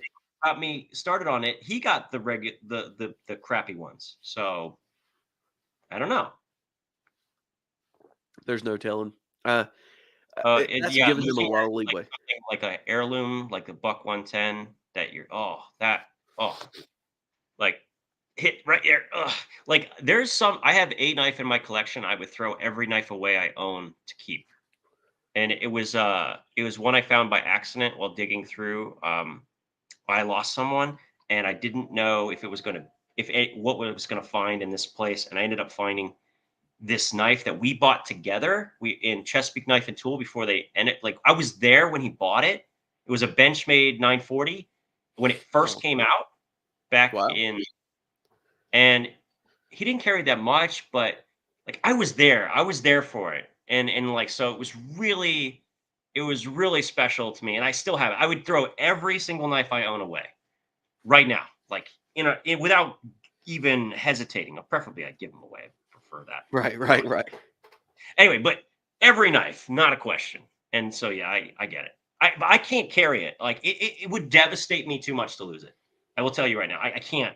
I know it's better to carry thing. I know that, but I don't treat it like a knife, and therefore I can't have it in my pocket. That's kind of the way I feel about it. There's nothing wrong with having sentimental things. I mean, if you got a piece of gear you don't carry because it has sentimental value, who cares I got what you got? another 100 knives that I don't put in my pocket and I don't care about them at all, then I'm okay with putting the one knife that I actually care about and not carrying that one, you know? Excuse the dirty word there, but Tommy, if you're looking for a multi-tool that's in the Walmart price range, but it keeps up with the Leathermans and stuff, this guy's channel is for you. If you don't Yeah, know, this is like the Tommy, king of can you afford multi-tools. 25 bucks? If you can afford $25, then you can get an excellent multi-tool right now. And honestly, that's what Leatherman has to acknowledge is like you can't suck on quality control and be expensive and no don't communicate at the same time. It's a bad combo. It's a really bad combo. Well, I'm afraid like Benchmade. Benchmade, I'm afraid, is still now a little bit more here lately. They've been It makes a stepping it up, but quality they're product. riding on their name.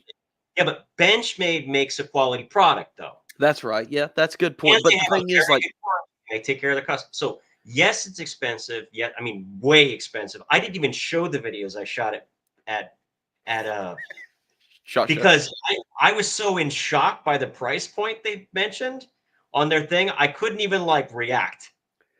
It's So I didn't even bother with it. well, they're new, like even their new water designs. They're pretty cool. They're But terrible. What are you talking about? They're well, awful. now I haven't handled them, and I I paid I not handled that much both. attention, but They're not good. They're not good. Oh no. They're not good. You see, They that's the look thing. Benchmade's riding on their name, and awful. eventually that's going to Plastic fail them. looks funky and fat, and it's just like it's like I like how we've had the what is it? The Griptilian for like literally years, and nothing they have made has come close. It's like you make all this other stuff trying to chase the same thing, and it's just all worse than the Griptilian, every single one of them. Well, I Why? think one of the best Benchmades ever made. Well, maybe that's a stretch. The Anthem. The Anthem's a great knife, but I mean, my favorite Benchmade I think I have, of course, the 940 has nostalgia points because that was my first one, but the Bug Out. But then you have to go and put titanium scales on it to make it great. Like that's a problem. I mean, you know. And Benchmade, like what I was saying, was they're riding on their name. So Benchmade, like you said, quality knives, take care of their customers, stuff like that.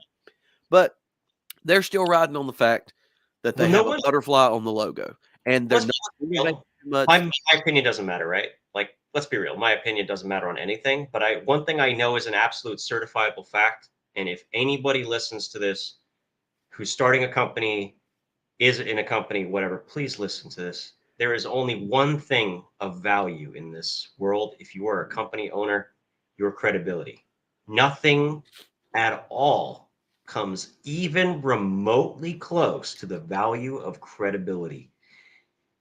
It is everything, absolutely everything. The moment you trade on that name, you're willing to compromise your credibility, you're done. You're done. If something came out, I don't know, who knows what, for my channel, one thing, it's all it takes. I treated somebody terribly, whatever. My credibility is gone. Yeah. Even if it's a lie. And the sad part is it could even be a potentially lie, and that's a whole nother subject. But in a company sense, usually it's not a lie and it's terrible, Well, we've right? seen it bankrupt. The one that comes to mind is Slicey Dicey. Like we've seen it happen before. The credibility was lost, and the dude just fell off the face of the earth.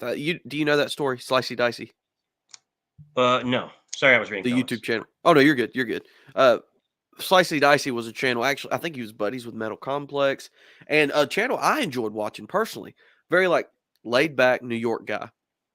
And I remember when it happened. This wasn't long after I got into EDC. All of a sudden, bam, he some stuff comes out about him. He didn't send out the things he promised for giveaways, Yeah. and Well, but the credibility stuff can be actually a good thing. Like what I have discovered is the power of community. When you do have the trust of people, when you do live up to your word and you're humble and you talk to people and you're that way, you don't have to have a lot of followers. Like right, what people like Worksharp and these people are looking for people who will be true to their word. That is irreparable. Like you cannot replace that. And I have failed. I've messed up. I definitely have messed up. There's been a couple of reviews that have fell through the cracks. And I in the past, like way in the past, I've tried to yeah. rectify that. But like, yeah, you got to be good with that.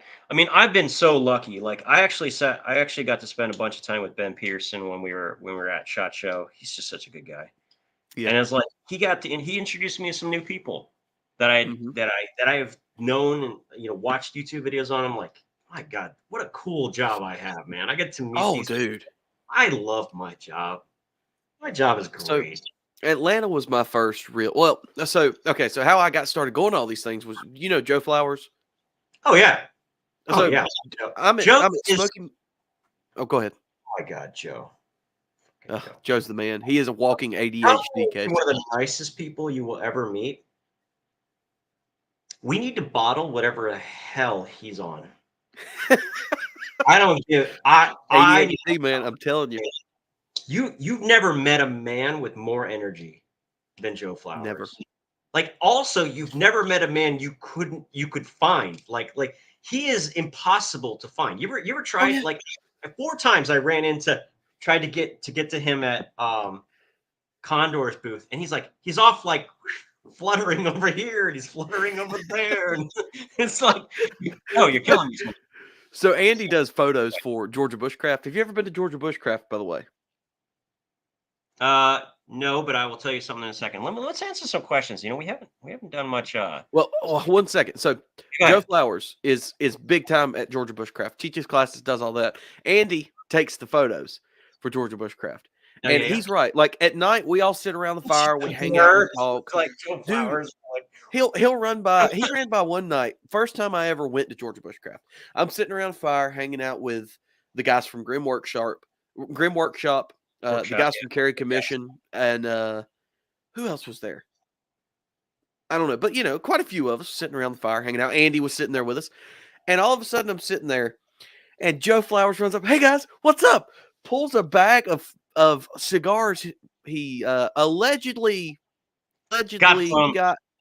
not Cuba, not Colombia, He totally not got them Colombia, from North definitely not America. Colombia, somewhere else, but Joe not Colombia. Flowers, yeah, Joe Wasn't Flowers would never bring them back from. He would No, never come Joe's a back great guy. Would never, with this. allegedly. So, Never. and he's Yeah. like, "You guys want one?" And then he passes them out. He's like, "Okay, I gotta hey, run," and then takes hey, off. if Joe offered me something, I'd probably always say yes, but then I'd Mm, also inspect it very carefully. yeah, you better inspect it very carefully. So yeah, So someone no, says, they were not Cuban. They were yeah. totally American. What do you think Maybe the South worst American. multi-tool knife is? It's interesting you mentioned Leatherman Crunch. It's actually one of my favorite designs because the way the Crunch was originally designed to be. And by the way, Dom, if you can click on, I don't know if you can or not, I but can't you're do more it. than welcome. Yeah, yeah, Okay. totally highlight the ones you want to read. I don't. It won't do it. You got to do it. Oh, it won't. Okay. By the way, hello, Luke. How are you? All right. What It was comment are top you looking roller. at? This one. Okay. So yeah, it's interesting you mentioned Leatherman Crunch. The Leatherman Crunch has incredibly limited space inside the frame, like really limited because it's a locking vice grip multi tool, which is now discontinued. Our rest in peace. Very sad. Super sad. Very sad. Anyway, uh, fully serrated blade in a short blade like that is for perfectly straight actually makes a ton of sense if you have to keep a knife in there, especially because that was designed to mostly interact with man-made materials. So if you have a very limited blade length and you have to cut man-made materials like canvas and various different things, or lot Rope. like drywall, whatever it happens to Yeah. be, it actually makes a lot of sense because what you're doing is basically just ripping it over something a bunch of times, where a serration can actually put a lot more depth into that cut. So it's not for Mission carving. Discovery. It's a different kind of knife. Mission Discovery. Ask Dom, are you full time now? I was full time. I went full time in March of last year. Sweet. By the Yeah, way, guys, all throw right. in any questions you have for Yeah, Max Level or myself, and and we'll be reading the happy to comments. answer. I'm a huge. I like to talk and I like to answer things. Um, I'm Irish and Yes. Italian, so being loud is part of my DNA. I'm pretty sure I'm part German, so There's nothing hopefully wrong the with good that. kind. Hopefully the good kind. My favorite bug out is the 535 4BK. The M390 is great, and the aluminum scales feel amazing. Aluminum. They make a good product. It's just the prices are out of control. I have many knives I would love to have, but I can't afford any of them. I am not wishing for a Benchmade. Well, they're definitely not top of my list. There's a lot more that you can get for better, I just but don't they still do buy make good products. if you want to buy an American-made knife, why you're not buying a Spyderco right now? Like that's Or the way. Hogue. Or Hogue, but Hogue has a couple of really good models, but I haven't seen much of anything that Spyderco makes that isn't good. Right. You know what I'm saying? Yeah, totally. And also Spyderco is probably the appropriately best American priced brand. too, and also appropriately priced. Not just good, but appropriately priced. Let's see some better. Someone said the bug out is better than the Griptilian. Did I get that right? Yeah, Uh, that is better, right? yeah, I completely disagree with that. Griptilian would kick the crap out of a bug out any day of the week. Sorry, don't I agree. think Not even a definitely sheep's foot Griptilian with a hole. if I you think if is a you better want knife. something slim and flimsy in your hand, then bug outs are great. If you want something to actually use as a knife, get a grip gun. Now I Sorry. have a little bit of kickback on that And I'm because sorry. I'm sorry. The bug wait, out is because coming out soon. After I get remonetized, I'm gonna have to change up my AdSense account because I accidentally put it down as a like a corporation instead of a personal oh, account. But don't do I that. have a video coming out of torture tests, and we did a $15 knife, $50 knife, and 150 plus. The bug out was the 150 plus. We threw it into wood like 10 or 15 times, and I'm talking hard throws. We ran over it. We did a couple things to it. I'm not going to give away what it did, but it did pretty good.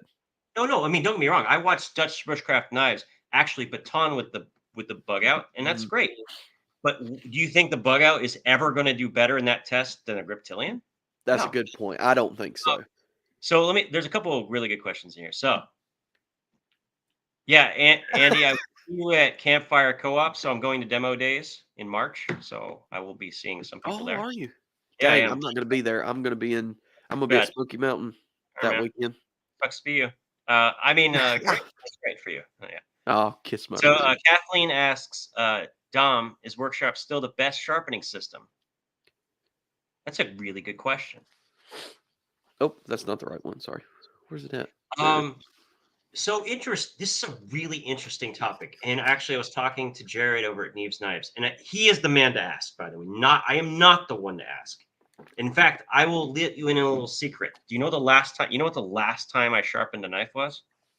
June 14th, 1993. Last video that I made on Worksharp, and the reason is because when you have so many folding knives with good steels, the likelihood of you wearing through them is so low. And I'm not trying to brag. I'm just saying I'm not a Right. good representation because I don't want to sharpen something if it's not dull. Some people actually enjoy the process of sharpening knives. So you should I think of um what's his name? Something 76. Outpost 76 is an example, or Pete from Cedric Ganado, or like Yes. Jared from Neves Knives. And there's so many other good ones that literally love the entire process. Like it's meditative. You should ask them. One thing I can say for 100% fact is that the best sharpening value that you can buy right now is the Worksharp Field Sharpener. And there is no company anywhere in the world that makes a product comparable to that exact sharpener. Now, Right. edged, like fixed angle sharpening systems like the Wicked Edge or other possible, there's a lot of debate. Okay. But when it comes to like portable, usable sharpening systems, there is nothing that beats that $35 sharpener. Period. It just does not exist. I 100% agree. I've made shorts on it. I've included That's it a in all kinds of fact. videos. It's not a debate. That's just like it. And That's a fact. that's a fact. And the only other sharpener that I would argue is unbeatable right now is the Ken Onion blade grinder. Mission Discovery says, I already asked this, but do you have any other input on the Probert inspired next tool from SHOT Show? It depends on what you want to know. It's a prototype, so I don't know how far along they are in the process. I thought it was really interesting. They could have done some things a little different. Like the blade was very, very small. I don't know if it was, I can't remember if it was, I think it was locking. It had a liner lock, I'm pretty sure. But it had the similar, you know what's annoying? They copied the Gerber so closely, they also copied some of its flaws. Like the tabs were flush with the scales. So the tab for flipping it out is flush with, I'm like, oh God, please don't copy the people who don't know what they're doing. Um, like Gerber, I ripped that Gerber tool so hard in my video You think they would have that learned? I literally had a thing that says, "This is dangerous." This literally my thumbnail was like, "This is dangerous." Like, that was my thumbnail. I usually don't just go that hard, but I was like really excited, but then it was absolutely awful and dangerous. It was not good. And Okay, this so thankfully doesn't have the detent problems, and it's better, but it's not perfect. improvements. Okay, so here's a quick question. And I This is know, on stuff. So oh, sorry. they might be able to fix, like, there's some things they are going to improve and they're working on, and I was able to give some feedback. So hopefully they take that seriously. Hopefully. Yeah, Anyway, that's a good thing about prototyping with creators who know what they're talking about. Okay, so here's here's a question I have for you, and we could spend all night on this. But Knives Are Life said, "Tommy Boy, get a clone Gonzo for $20." What are your thoughts on clones, specifically with knives? I love Jared. Okay, first of all, I want to say this first. Jared from Neves Knives is an amazing man. I love what he does. I am so like inspired by all the journey he has, and I say that because this is where my biggest beef is with him. Is he has redefined him and Metal Complex have redefined the terminology on clones, and it's really ticking me off. Okay, so I want to be clear on this. You're using the right terminology right now with the question. Ganzo clones. They keep saying clones and then lookalikes, which is not a thing. Okay. There's actually a formal definition set up by the people who bring in product. Oh, from other countries when you bring product in overseas, like at the shipping yards, there's a term. Let me close the window for a second. There, there is an absolute terminology for what is what. Okay. A counterfeit is a product that represents itself as being from a different company. Okay. Counterfeit is illegal and should not exist under any circumstances. A clone is perfectly legal and should exist, especially Oh shoot! can and should exist. And here's why: it forces companies to change. Hmm. It forces companies to not be settled and make the same product and get lazy. Let So me give you let me give you an example. okay, okay, yeah, Uh, yeah. I'm going to give you an example in the multi-tool genre, especially. When they released the Leatherman Free Series tools in 2019, exactly 20 years after the release of the original Leatherman Wave. The reason they did that is because the patents on many of the features on the original Leatherman Wave were expiring, right? Free market, like all these clones, perfectly fine. They were motivated to do that. And if they were not motivated to do that, they would just basically hold on to their thing and never change. We'd never have anything new. So Clones like the Ganzo, which my favorite one is the one that looks just like the Delica. I think that's the one you're talking about, under 20 bucks. That's a great knife. And I will tell you, I have gifted that knife to tons of non-knife people who now recognize how that works. And if I gave them a Spyderco, can instantly figure it out. hmm. And they're familiar in it and they liked it. This is what a knife looks like. So inevitably, this Ganzo sub $20 knife just did a ton of marketing for Spyderco for free.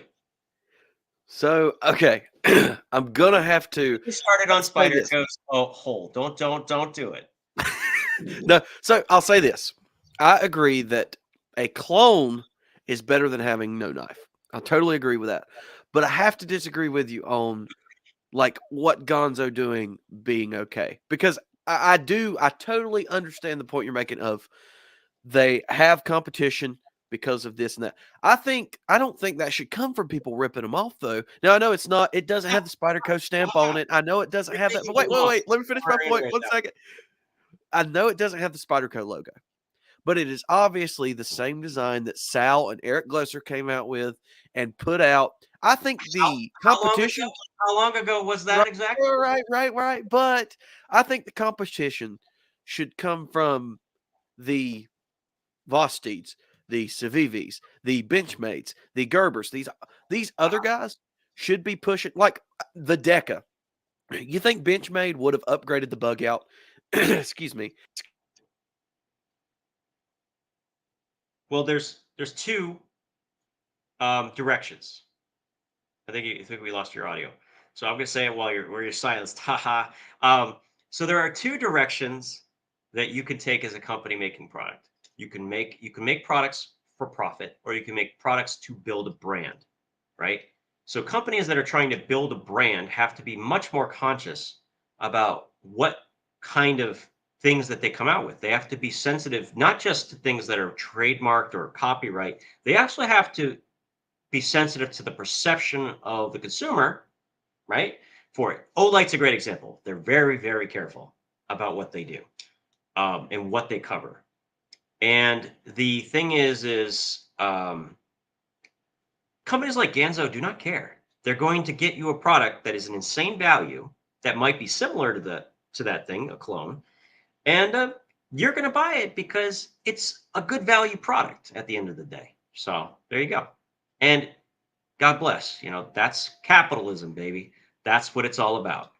Okay. If you're not building a brand, you may as well make the best value product you can and sell a billion of them. Right. If you're not gonna build a brand, you may as well.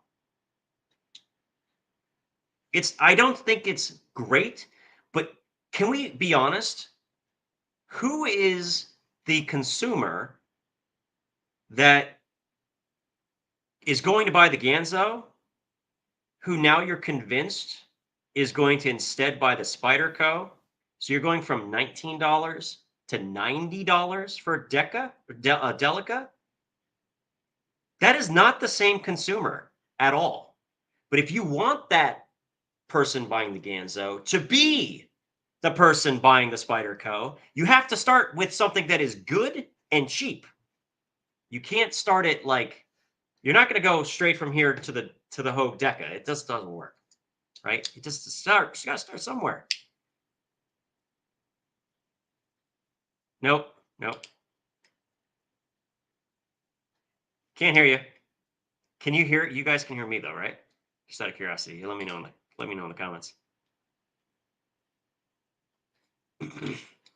Look, there's only so much you can do with knife design anyway. That's the reality. Oh, did we lose it?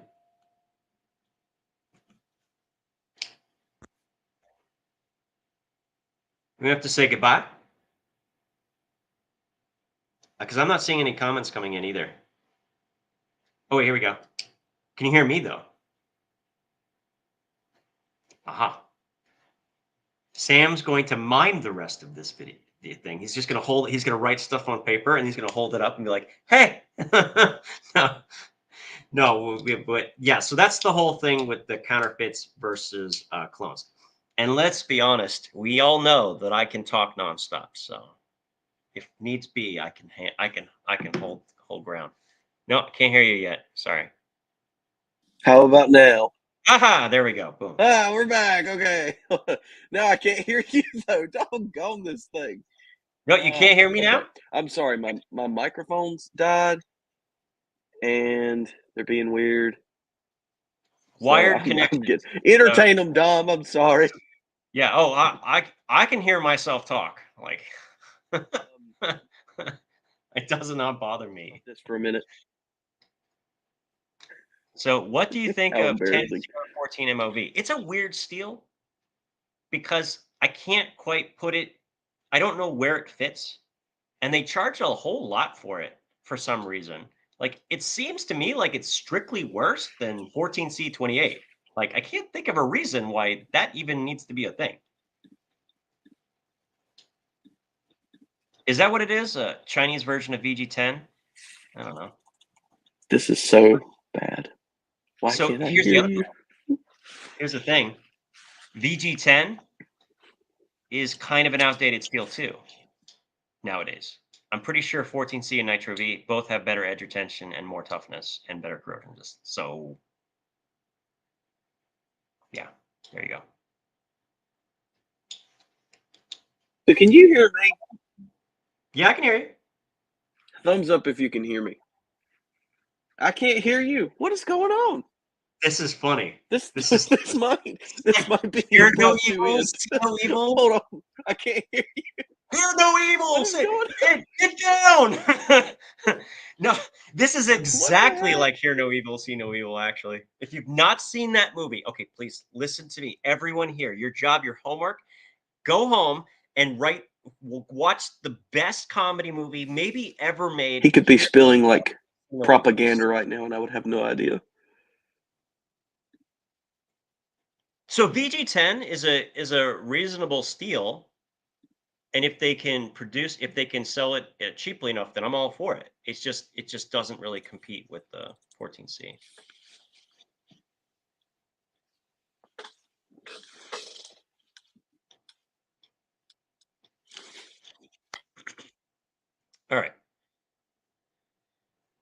Nitro G.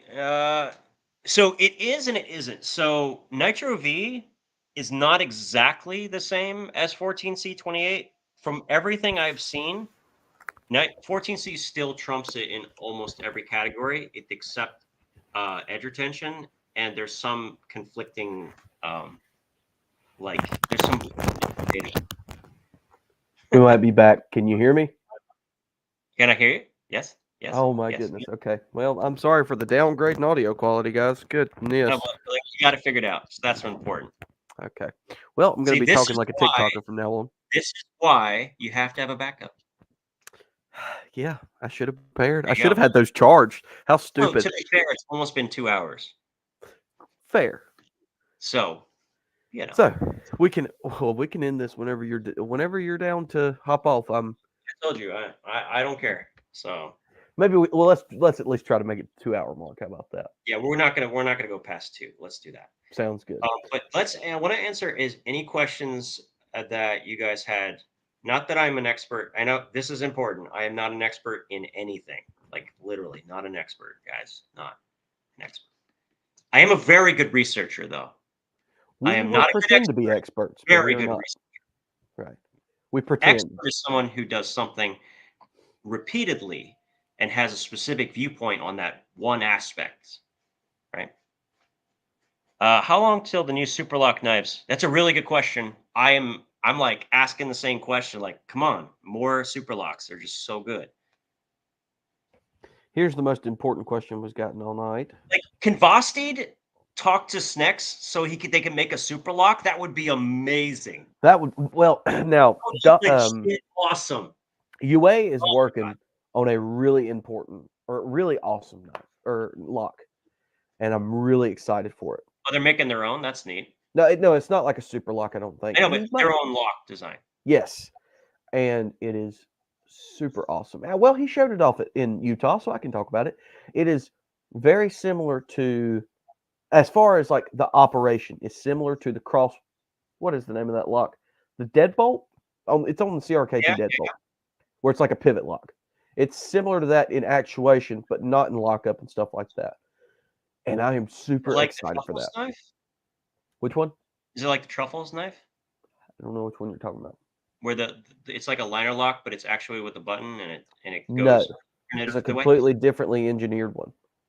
There's actually a couple of people, and there's a major company that's also releasing their version of a pivot style lock. So that seems to be a common thing, and that's not a bad thing for button locks to go that direction because Right. button locks aren't the most secure thing in the world. So I like the hybrid liner lock / button. It's pretty cool. And if anyone Plumber knows asked about, me, and it's Northern Virginia right now. if Uh, anyone knows about insecure button locks, it's Vosteed. Insecure button locks. No. But look, you had they ways they reacted to that was super clean. Exactly. Really. I actually am more impressed with how somebody reacts to a bad thing than I am about the bad thing. Like if Right. Lebanon had taken that Good English. yeah, but it's that time of the night. So it had taken a proper approach with the thing where they made a formal statement. They said, "We'll take care of you. We'll ship out new ones. We're going to redesign the whole thing." Blah. That would have been great. And I actually they would go up in my book. Their credibility score. Man, we should have a website for EDC credibility score. Somebody write that down somewhere. Somebody write it down. Somebody write that down. Somebody write that down. Somebody write that down. No, that is a thing. That should happen. Okay. But no, a super lock, if you don't know, I don't have any with me, but it's really cool. And my favorite one is actually the budget version from Snex. The Vision FG from Civivi. It's phenomenal. It's like one of the best knives out there, really. Well, I mean, you can't go wrong with the Praxis. The Praxis is a phenomenal knife. Phenomenal knife. It was actually one of the few knives after I got my Vero Synapse XL, which I eventually sold. But I went from a ultra premium $300 knife to not having any knife give me joy. And Praxis, I bought after that was like, wow, this felt so good. So you got a great knife. Praxis. That's the baby Praxis. But the big Mhm. Praxis, actually, I like the big Praxis better personally. But the Really? small one being sub $30, you cannot beat that. You really It's un can't. Yeah, it was like top what I put in my top 3 best knives under $30. I don't think you can beat that. I don't know, I don't watch your channel, not a fan. Oh my Ever god. since ever since he went against Leatherman, I just can't watch anymore, you No, know? no. I'm just uh, no, no, no, yeah, definitely. I get more joy nowadays making budget knife videos than I do about expensive knives. I just think it's so much fun to share in people's joy of finding good deals. So much fun. I have not heard about that. No, Rick Hinderer. Okay, this is a common thing, and I think it's a group of individuals actually in certain like time frame in this genre that are feeling like this space is being filled up very quickly, and they're feeling a little, like this. Um, Really defensive about what there's theirs, Mm, what they think is theirs, I should say. And like for instance, I think Hinderer sells a knife where that comes on both. It has both washers and bearings, and so it's on washers, but it comes with bearings in the box. like a tri-way is what they call it, right? It's got like Oh, it's Triway, but that is yeah. a very complicated way to say just include something else in the box. Yeah. Wait, did he try to, like, say he patented that? Because I've not heard this story. I, Like, did he all get I mad at know is someone else for I doing don't it? know if he actually took legal action, but he has had very strong things about companies that include both in their box. By the way, I could be at the back end of him when I design my knife because guess what, Rick, if you're watching this, I will be releasing my knife on washers and include bearings in the box. Oh, Do what Rick you want. trust me, Rick I'm Hender's not watching this. Like, cause like that is the silliest. Like, it just makes sense, right? You're learning a new knife. You start out on washers. It's not super like fast, so you can kind of get used to the action and get your hand in the right place. And then you upgrade to wash bearings when you're ready to Okay. advance, right? That makes Well, perfect sense, now right? now there might be more to the story. I don't know the full story. Look, But I don't if know if he took any legal action. All I know is right. you got to have a thicker skin than that, man. Well, I mean, if anything, I see that I would kinda see that as a, "Oh, I look, don't think he I patented either. started doing something and now other people are doing it. That's cool. I kinda led the way No, for other people to do like the this," you leather know? thing we talked about earlier. Oh my god. But I don't You remember what can't we talked patent about there a again. knife design, guys. You can patent a lock, Oh, patent a pocket clip design of some sort of weirdness. You could patent something, but that's pretty much the extent of what's patentable in the knife world. Like the compression lock was patentable, and the axis lock was patented for a while, and so on and so forth. Like, right? You know what's not patented? The super lock, because Snex is awesome and we like him yeah, that's because that's he really cool. purposefully said, I will not patent this lock. And I think that makes him like this big. In our EDC credibility score is really high right now. I am so making that website. Like that sounds amazing. What a good idea. Wow. I we've Cool. got there's a lot of Rate cool my stuff going on EDC though. guys. Or rate my, I don't know, something like that. It'd be really cool. There's a lot of Way like though. It would be so contentious. People would be so ticked off. well, you see, like what was I even gonna say? It was something like what we were talking about with clones and stuff like that, and I don't remember what it was. Oh Why well. did you have to say order pizza? I know it's like 10 o'clock in the PM. That's a pizza time. It's like pizza time, or It's it's beer pizza time. time. Toby Pizza and Maguire. Pizza time. pizza and beer. Yes. Oh, here, let me show you this real quick. So I saw this before we got on. I was like, I want to show Dom this. So we've got You got 8 minutes, so this funky thing, right? You ever seen this on Amazon? yeah, yeah, yeah. Those are cool. Are they any good? I mean, what do you want for $42 exactly? Uh, something that It's Timothy doesn't fall Ritchie, apart when I but open it's it. going to work. I mean, it's going to That work. that Yukon back there is probably the best thing that I have bought Those little, for those little full storage. trays, they're awesome. Oh, dude, I love it. I love it so You know, much. no, I'm the one of those people that has to pay $100 for the plastic thing. It's like, those little plastic drawer things. Do you have any idea how expensive they are? They're Oh, crazy. it says Milwaukee on it, so I'm sure it costs a lot of money. Okay, by the way, Devo. So Devo, man, they have got some awesome stuff. Have you ever looked at Devo's knives? With clip and no. Oh, Oh, well, you're missing out. I met the guy at Atlanta. They have some really cool knives. I So, really well, like it. you've heard of the channel Lefty, right? Lefty EDC. Oh yeah, I met him. I Yeah, met him yeah, yeah, at yeah. Blade Show Atlanta. That's Devo. Awesome stuff, dude. I'm looking forward to Atlanta. I'll probably have to go by their booth and pick one up. But Okay, I want to I'm finish actually supposed to get him on here one time, I sometime wanted to say soon. I met at SHOT Show. I met a distributor of knives. Now, what they do is they OEM knife designs, and then you can buy them, and at a certain number of units, and then resell them, right? And they'll Right. put your brand on and everything. It's the same gentleman who designed the lock for the truffles. Hmm. That group of people, Not familiar with the truffles. they have that one, and then they have a crossbar lock that goes down instead of backwards. It's really crazy. They Hmm. have a couple of cool designs, but like I was floored with what you can get for the base price, what the actual price of these knives are before like you actually sell them. Oh yeah, dude. It's Oh boy, nuts. I had We're no talking. idea. So We're talking I might like so.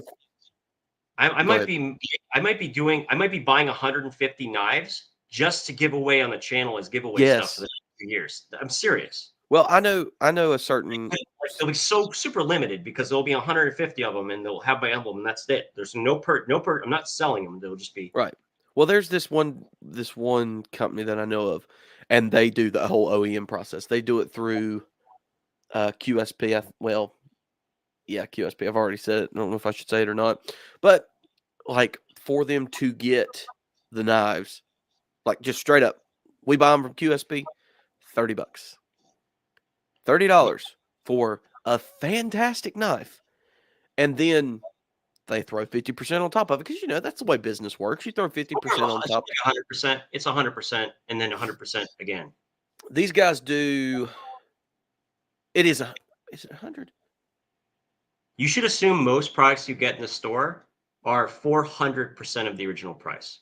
Yeah, that's pretty nuts. Or Now in the that's knife world, like the person who purchased it, they need to sell it to the store at 100% profit, and then they need to make 100% profit of what they paid. So it's like if it's 25, you have to sell it to the store for 50, and the $50 goes to 100. That's how that works, I haven't and seen that's much out of steel pretty wheel standard. lately, or a real steel actually is the one I'm thinking about. But Yeah, I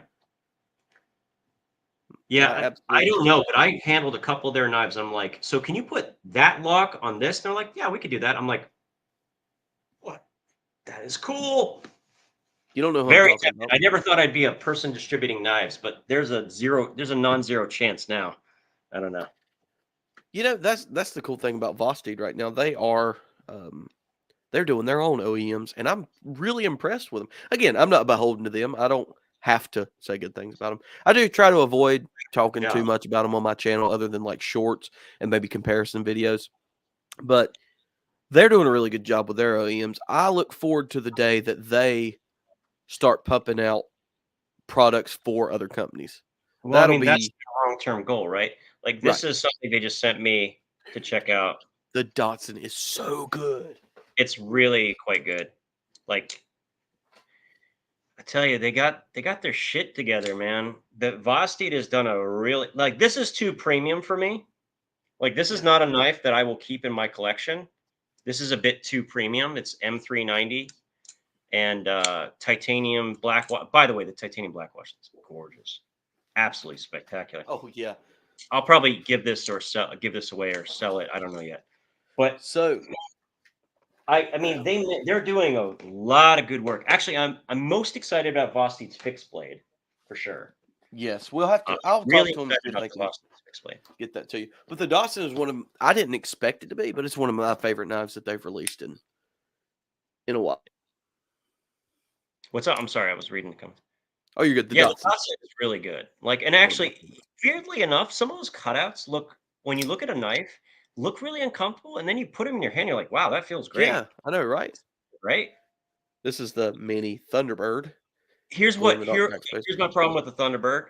The first one felt like I didn't have a lot of handle real estate. The action was really good, and it was a Mhm. little scary when it drops. And I feel like the small one's gonna be the same thing, just worse because it's even less handle real estate. Maybe I'm wrong. So, with the finger choil, it's great. I meant for It's when really the good. blade falls. I'm talking about when you keep your Oh, fingers out of the way. I don't know, I And you think do that's just a that, skill issue, and Dom. I actually keep my hand on the side. I think it's just a skill issue. I think you're garbage, you're trash, and, Wow. Oh, no, I my can do it, heart. but, like, I have a hard time recommending knives that I know are going to likely cause an injury Right, because yeah, their actions are too good. Like, it's funny to make a critique that people think is good, like, I what was it? I got the mini nightshade. mhm. Oh, that's a great knife, and I'm like, "Someone's going to cut themselves on this bad boy." I'm like, "That thing drops like, it just it's just it's in the thing before you realize it's there." And I'm like, their action is almost too good. Yeah, it's just a little too fast. And I say that, and some people are gonna be like, "Oh, that's great." Ooh. Yeah. But no, I mean they did a great job with the mini For your nightshade. average ordinary everyday superhero, I do get what you're saying. Like if you're not familiar with knives, which I mean, we all had to learn, we all got Muscle bit. memory you need to make sure to tuck your pinkies in around that pocket clip. Like it's just something that takes practice. And you do it so fast, people just expect to be able to do it, and then like they immediately put a cut right across their knuckles. Have you seen the CJRB micas? I think Yeah, I you've don't like them. What? I'm sorry, Well, I that's don't been like all tonight, guys. Thank you so No, I'm just kidding. them. You don't No, like them? I like the Warncliffe one. The mini pyrite? I like that one. This is my I like favorite version. You're wrong it. because it's my opinion, you're wrong. I don't care what your opinion is. You're just wrong. Yeah. What do you not like about this one? The mica. I don't think a knife that small that isn't a Warncliffe in design makes any sense at all. It's that simple. As an actual tool, like the most important part of that other one is the tip of the blade. So really the extra real estate on the length isn't as important because Well, you're usually just cutting with it. there is a And reason box cutters are Warncliffes. Yeah, you're right. right. And so it's just a really fun, fidgety box cutter, basically. That's Yeah. the way I look at that knife. And that's exactly what it is. Right? Well, you're not cutting an apple with that. Not really. You could, but Maybe a suggesting it. midget apple. No, I could do it. You just rotate the apple as you go. It's a You know. knife for little people knife. People. No, my mother, I gave that to my mom, and she loves it. The, It's in her mica jacket on the job yeah. site, and she's always, like, handing the people on the job site her knives, like, because they don't have a knife. She's like, "Here, I got a knife." They think she's the coolest person because 'cause she's got a knife on her all the time. We'll Yeah, go I the know. opposite I direction. like that. That was cool. That one's The nice. gator's good. The gator's But good. yeah, I have the other shape. I have the other shaped gator. I really like the other one.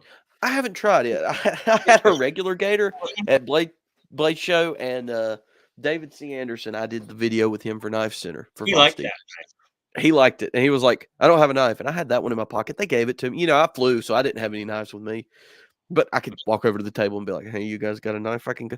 But he was unarmed. I was like, "Dude, here, take this one." And I was texting him the other day when he announced the MKM drop, and he was like, "Hey, man, thanks for the gator at Blake Show." I was like, "Yeah, totally." So he still got it, so that's Oh, cool. it's perfect knife for him. He has huge hands, and he likes big knives, so it's a winner. His hands aren't huge; they're Weird. slightly He likes larger than big average. knives, small fixed blades. But I'm exactly the same way. I don't know why, but I think folding knives should be huge and fixed blades should be small. I don't Like know what the carrying a Spada XL and yes. this Demco, and you're set, Well, right? actually, his knife that he designed is really nice. I don't know Yeah, if you got the MKM booth, but it's pretty sick. no, I haven't gotten to handle one yet. I'm hoping next year to make it to SHOT Show. That would be awesome. But I should be definitely in Atlanta. I'm not going to make it to Texas, but It's Atlanta cumbersome. and Hope West. West was such a fun experience. Mhm. But anywho, well, Yeah, we have reached our pushing my luck because I'm gonna be going to Atlanta and I'm gonna be going to demo days, which I'm most excited about demo days. I like Atlanta, but and this is where I'm going to end this, and it's going to be the big shock. Oh no. Nowadays I almost only carry folding knives because I test them. I Hmm. rarely, if ever, use a folding knife for real life stuff because my primary tool is always a multi-tool Yeah. and has been. And I just never saw a reason. And I have various different one-handed multi-tools, but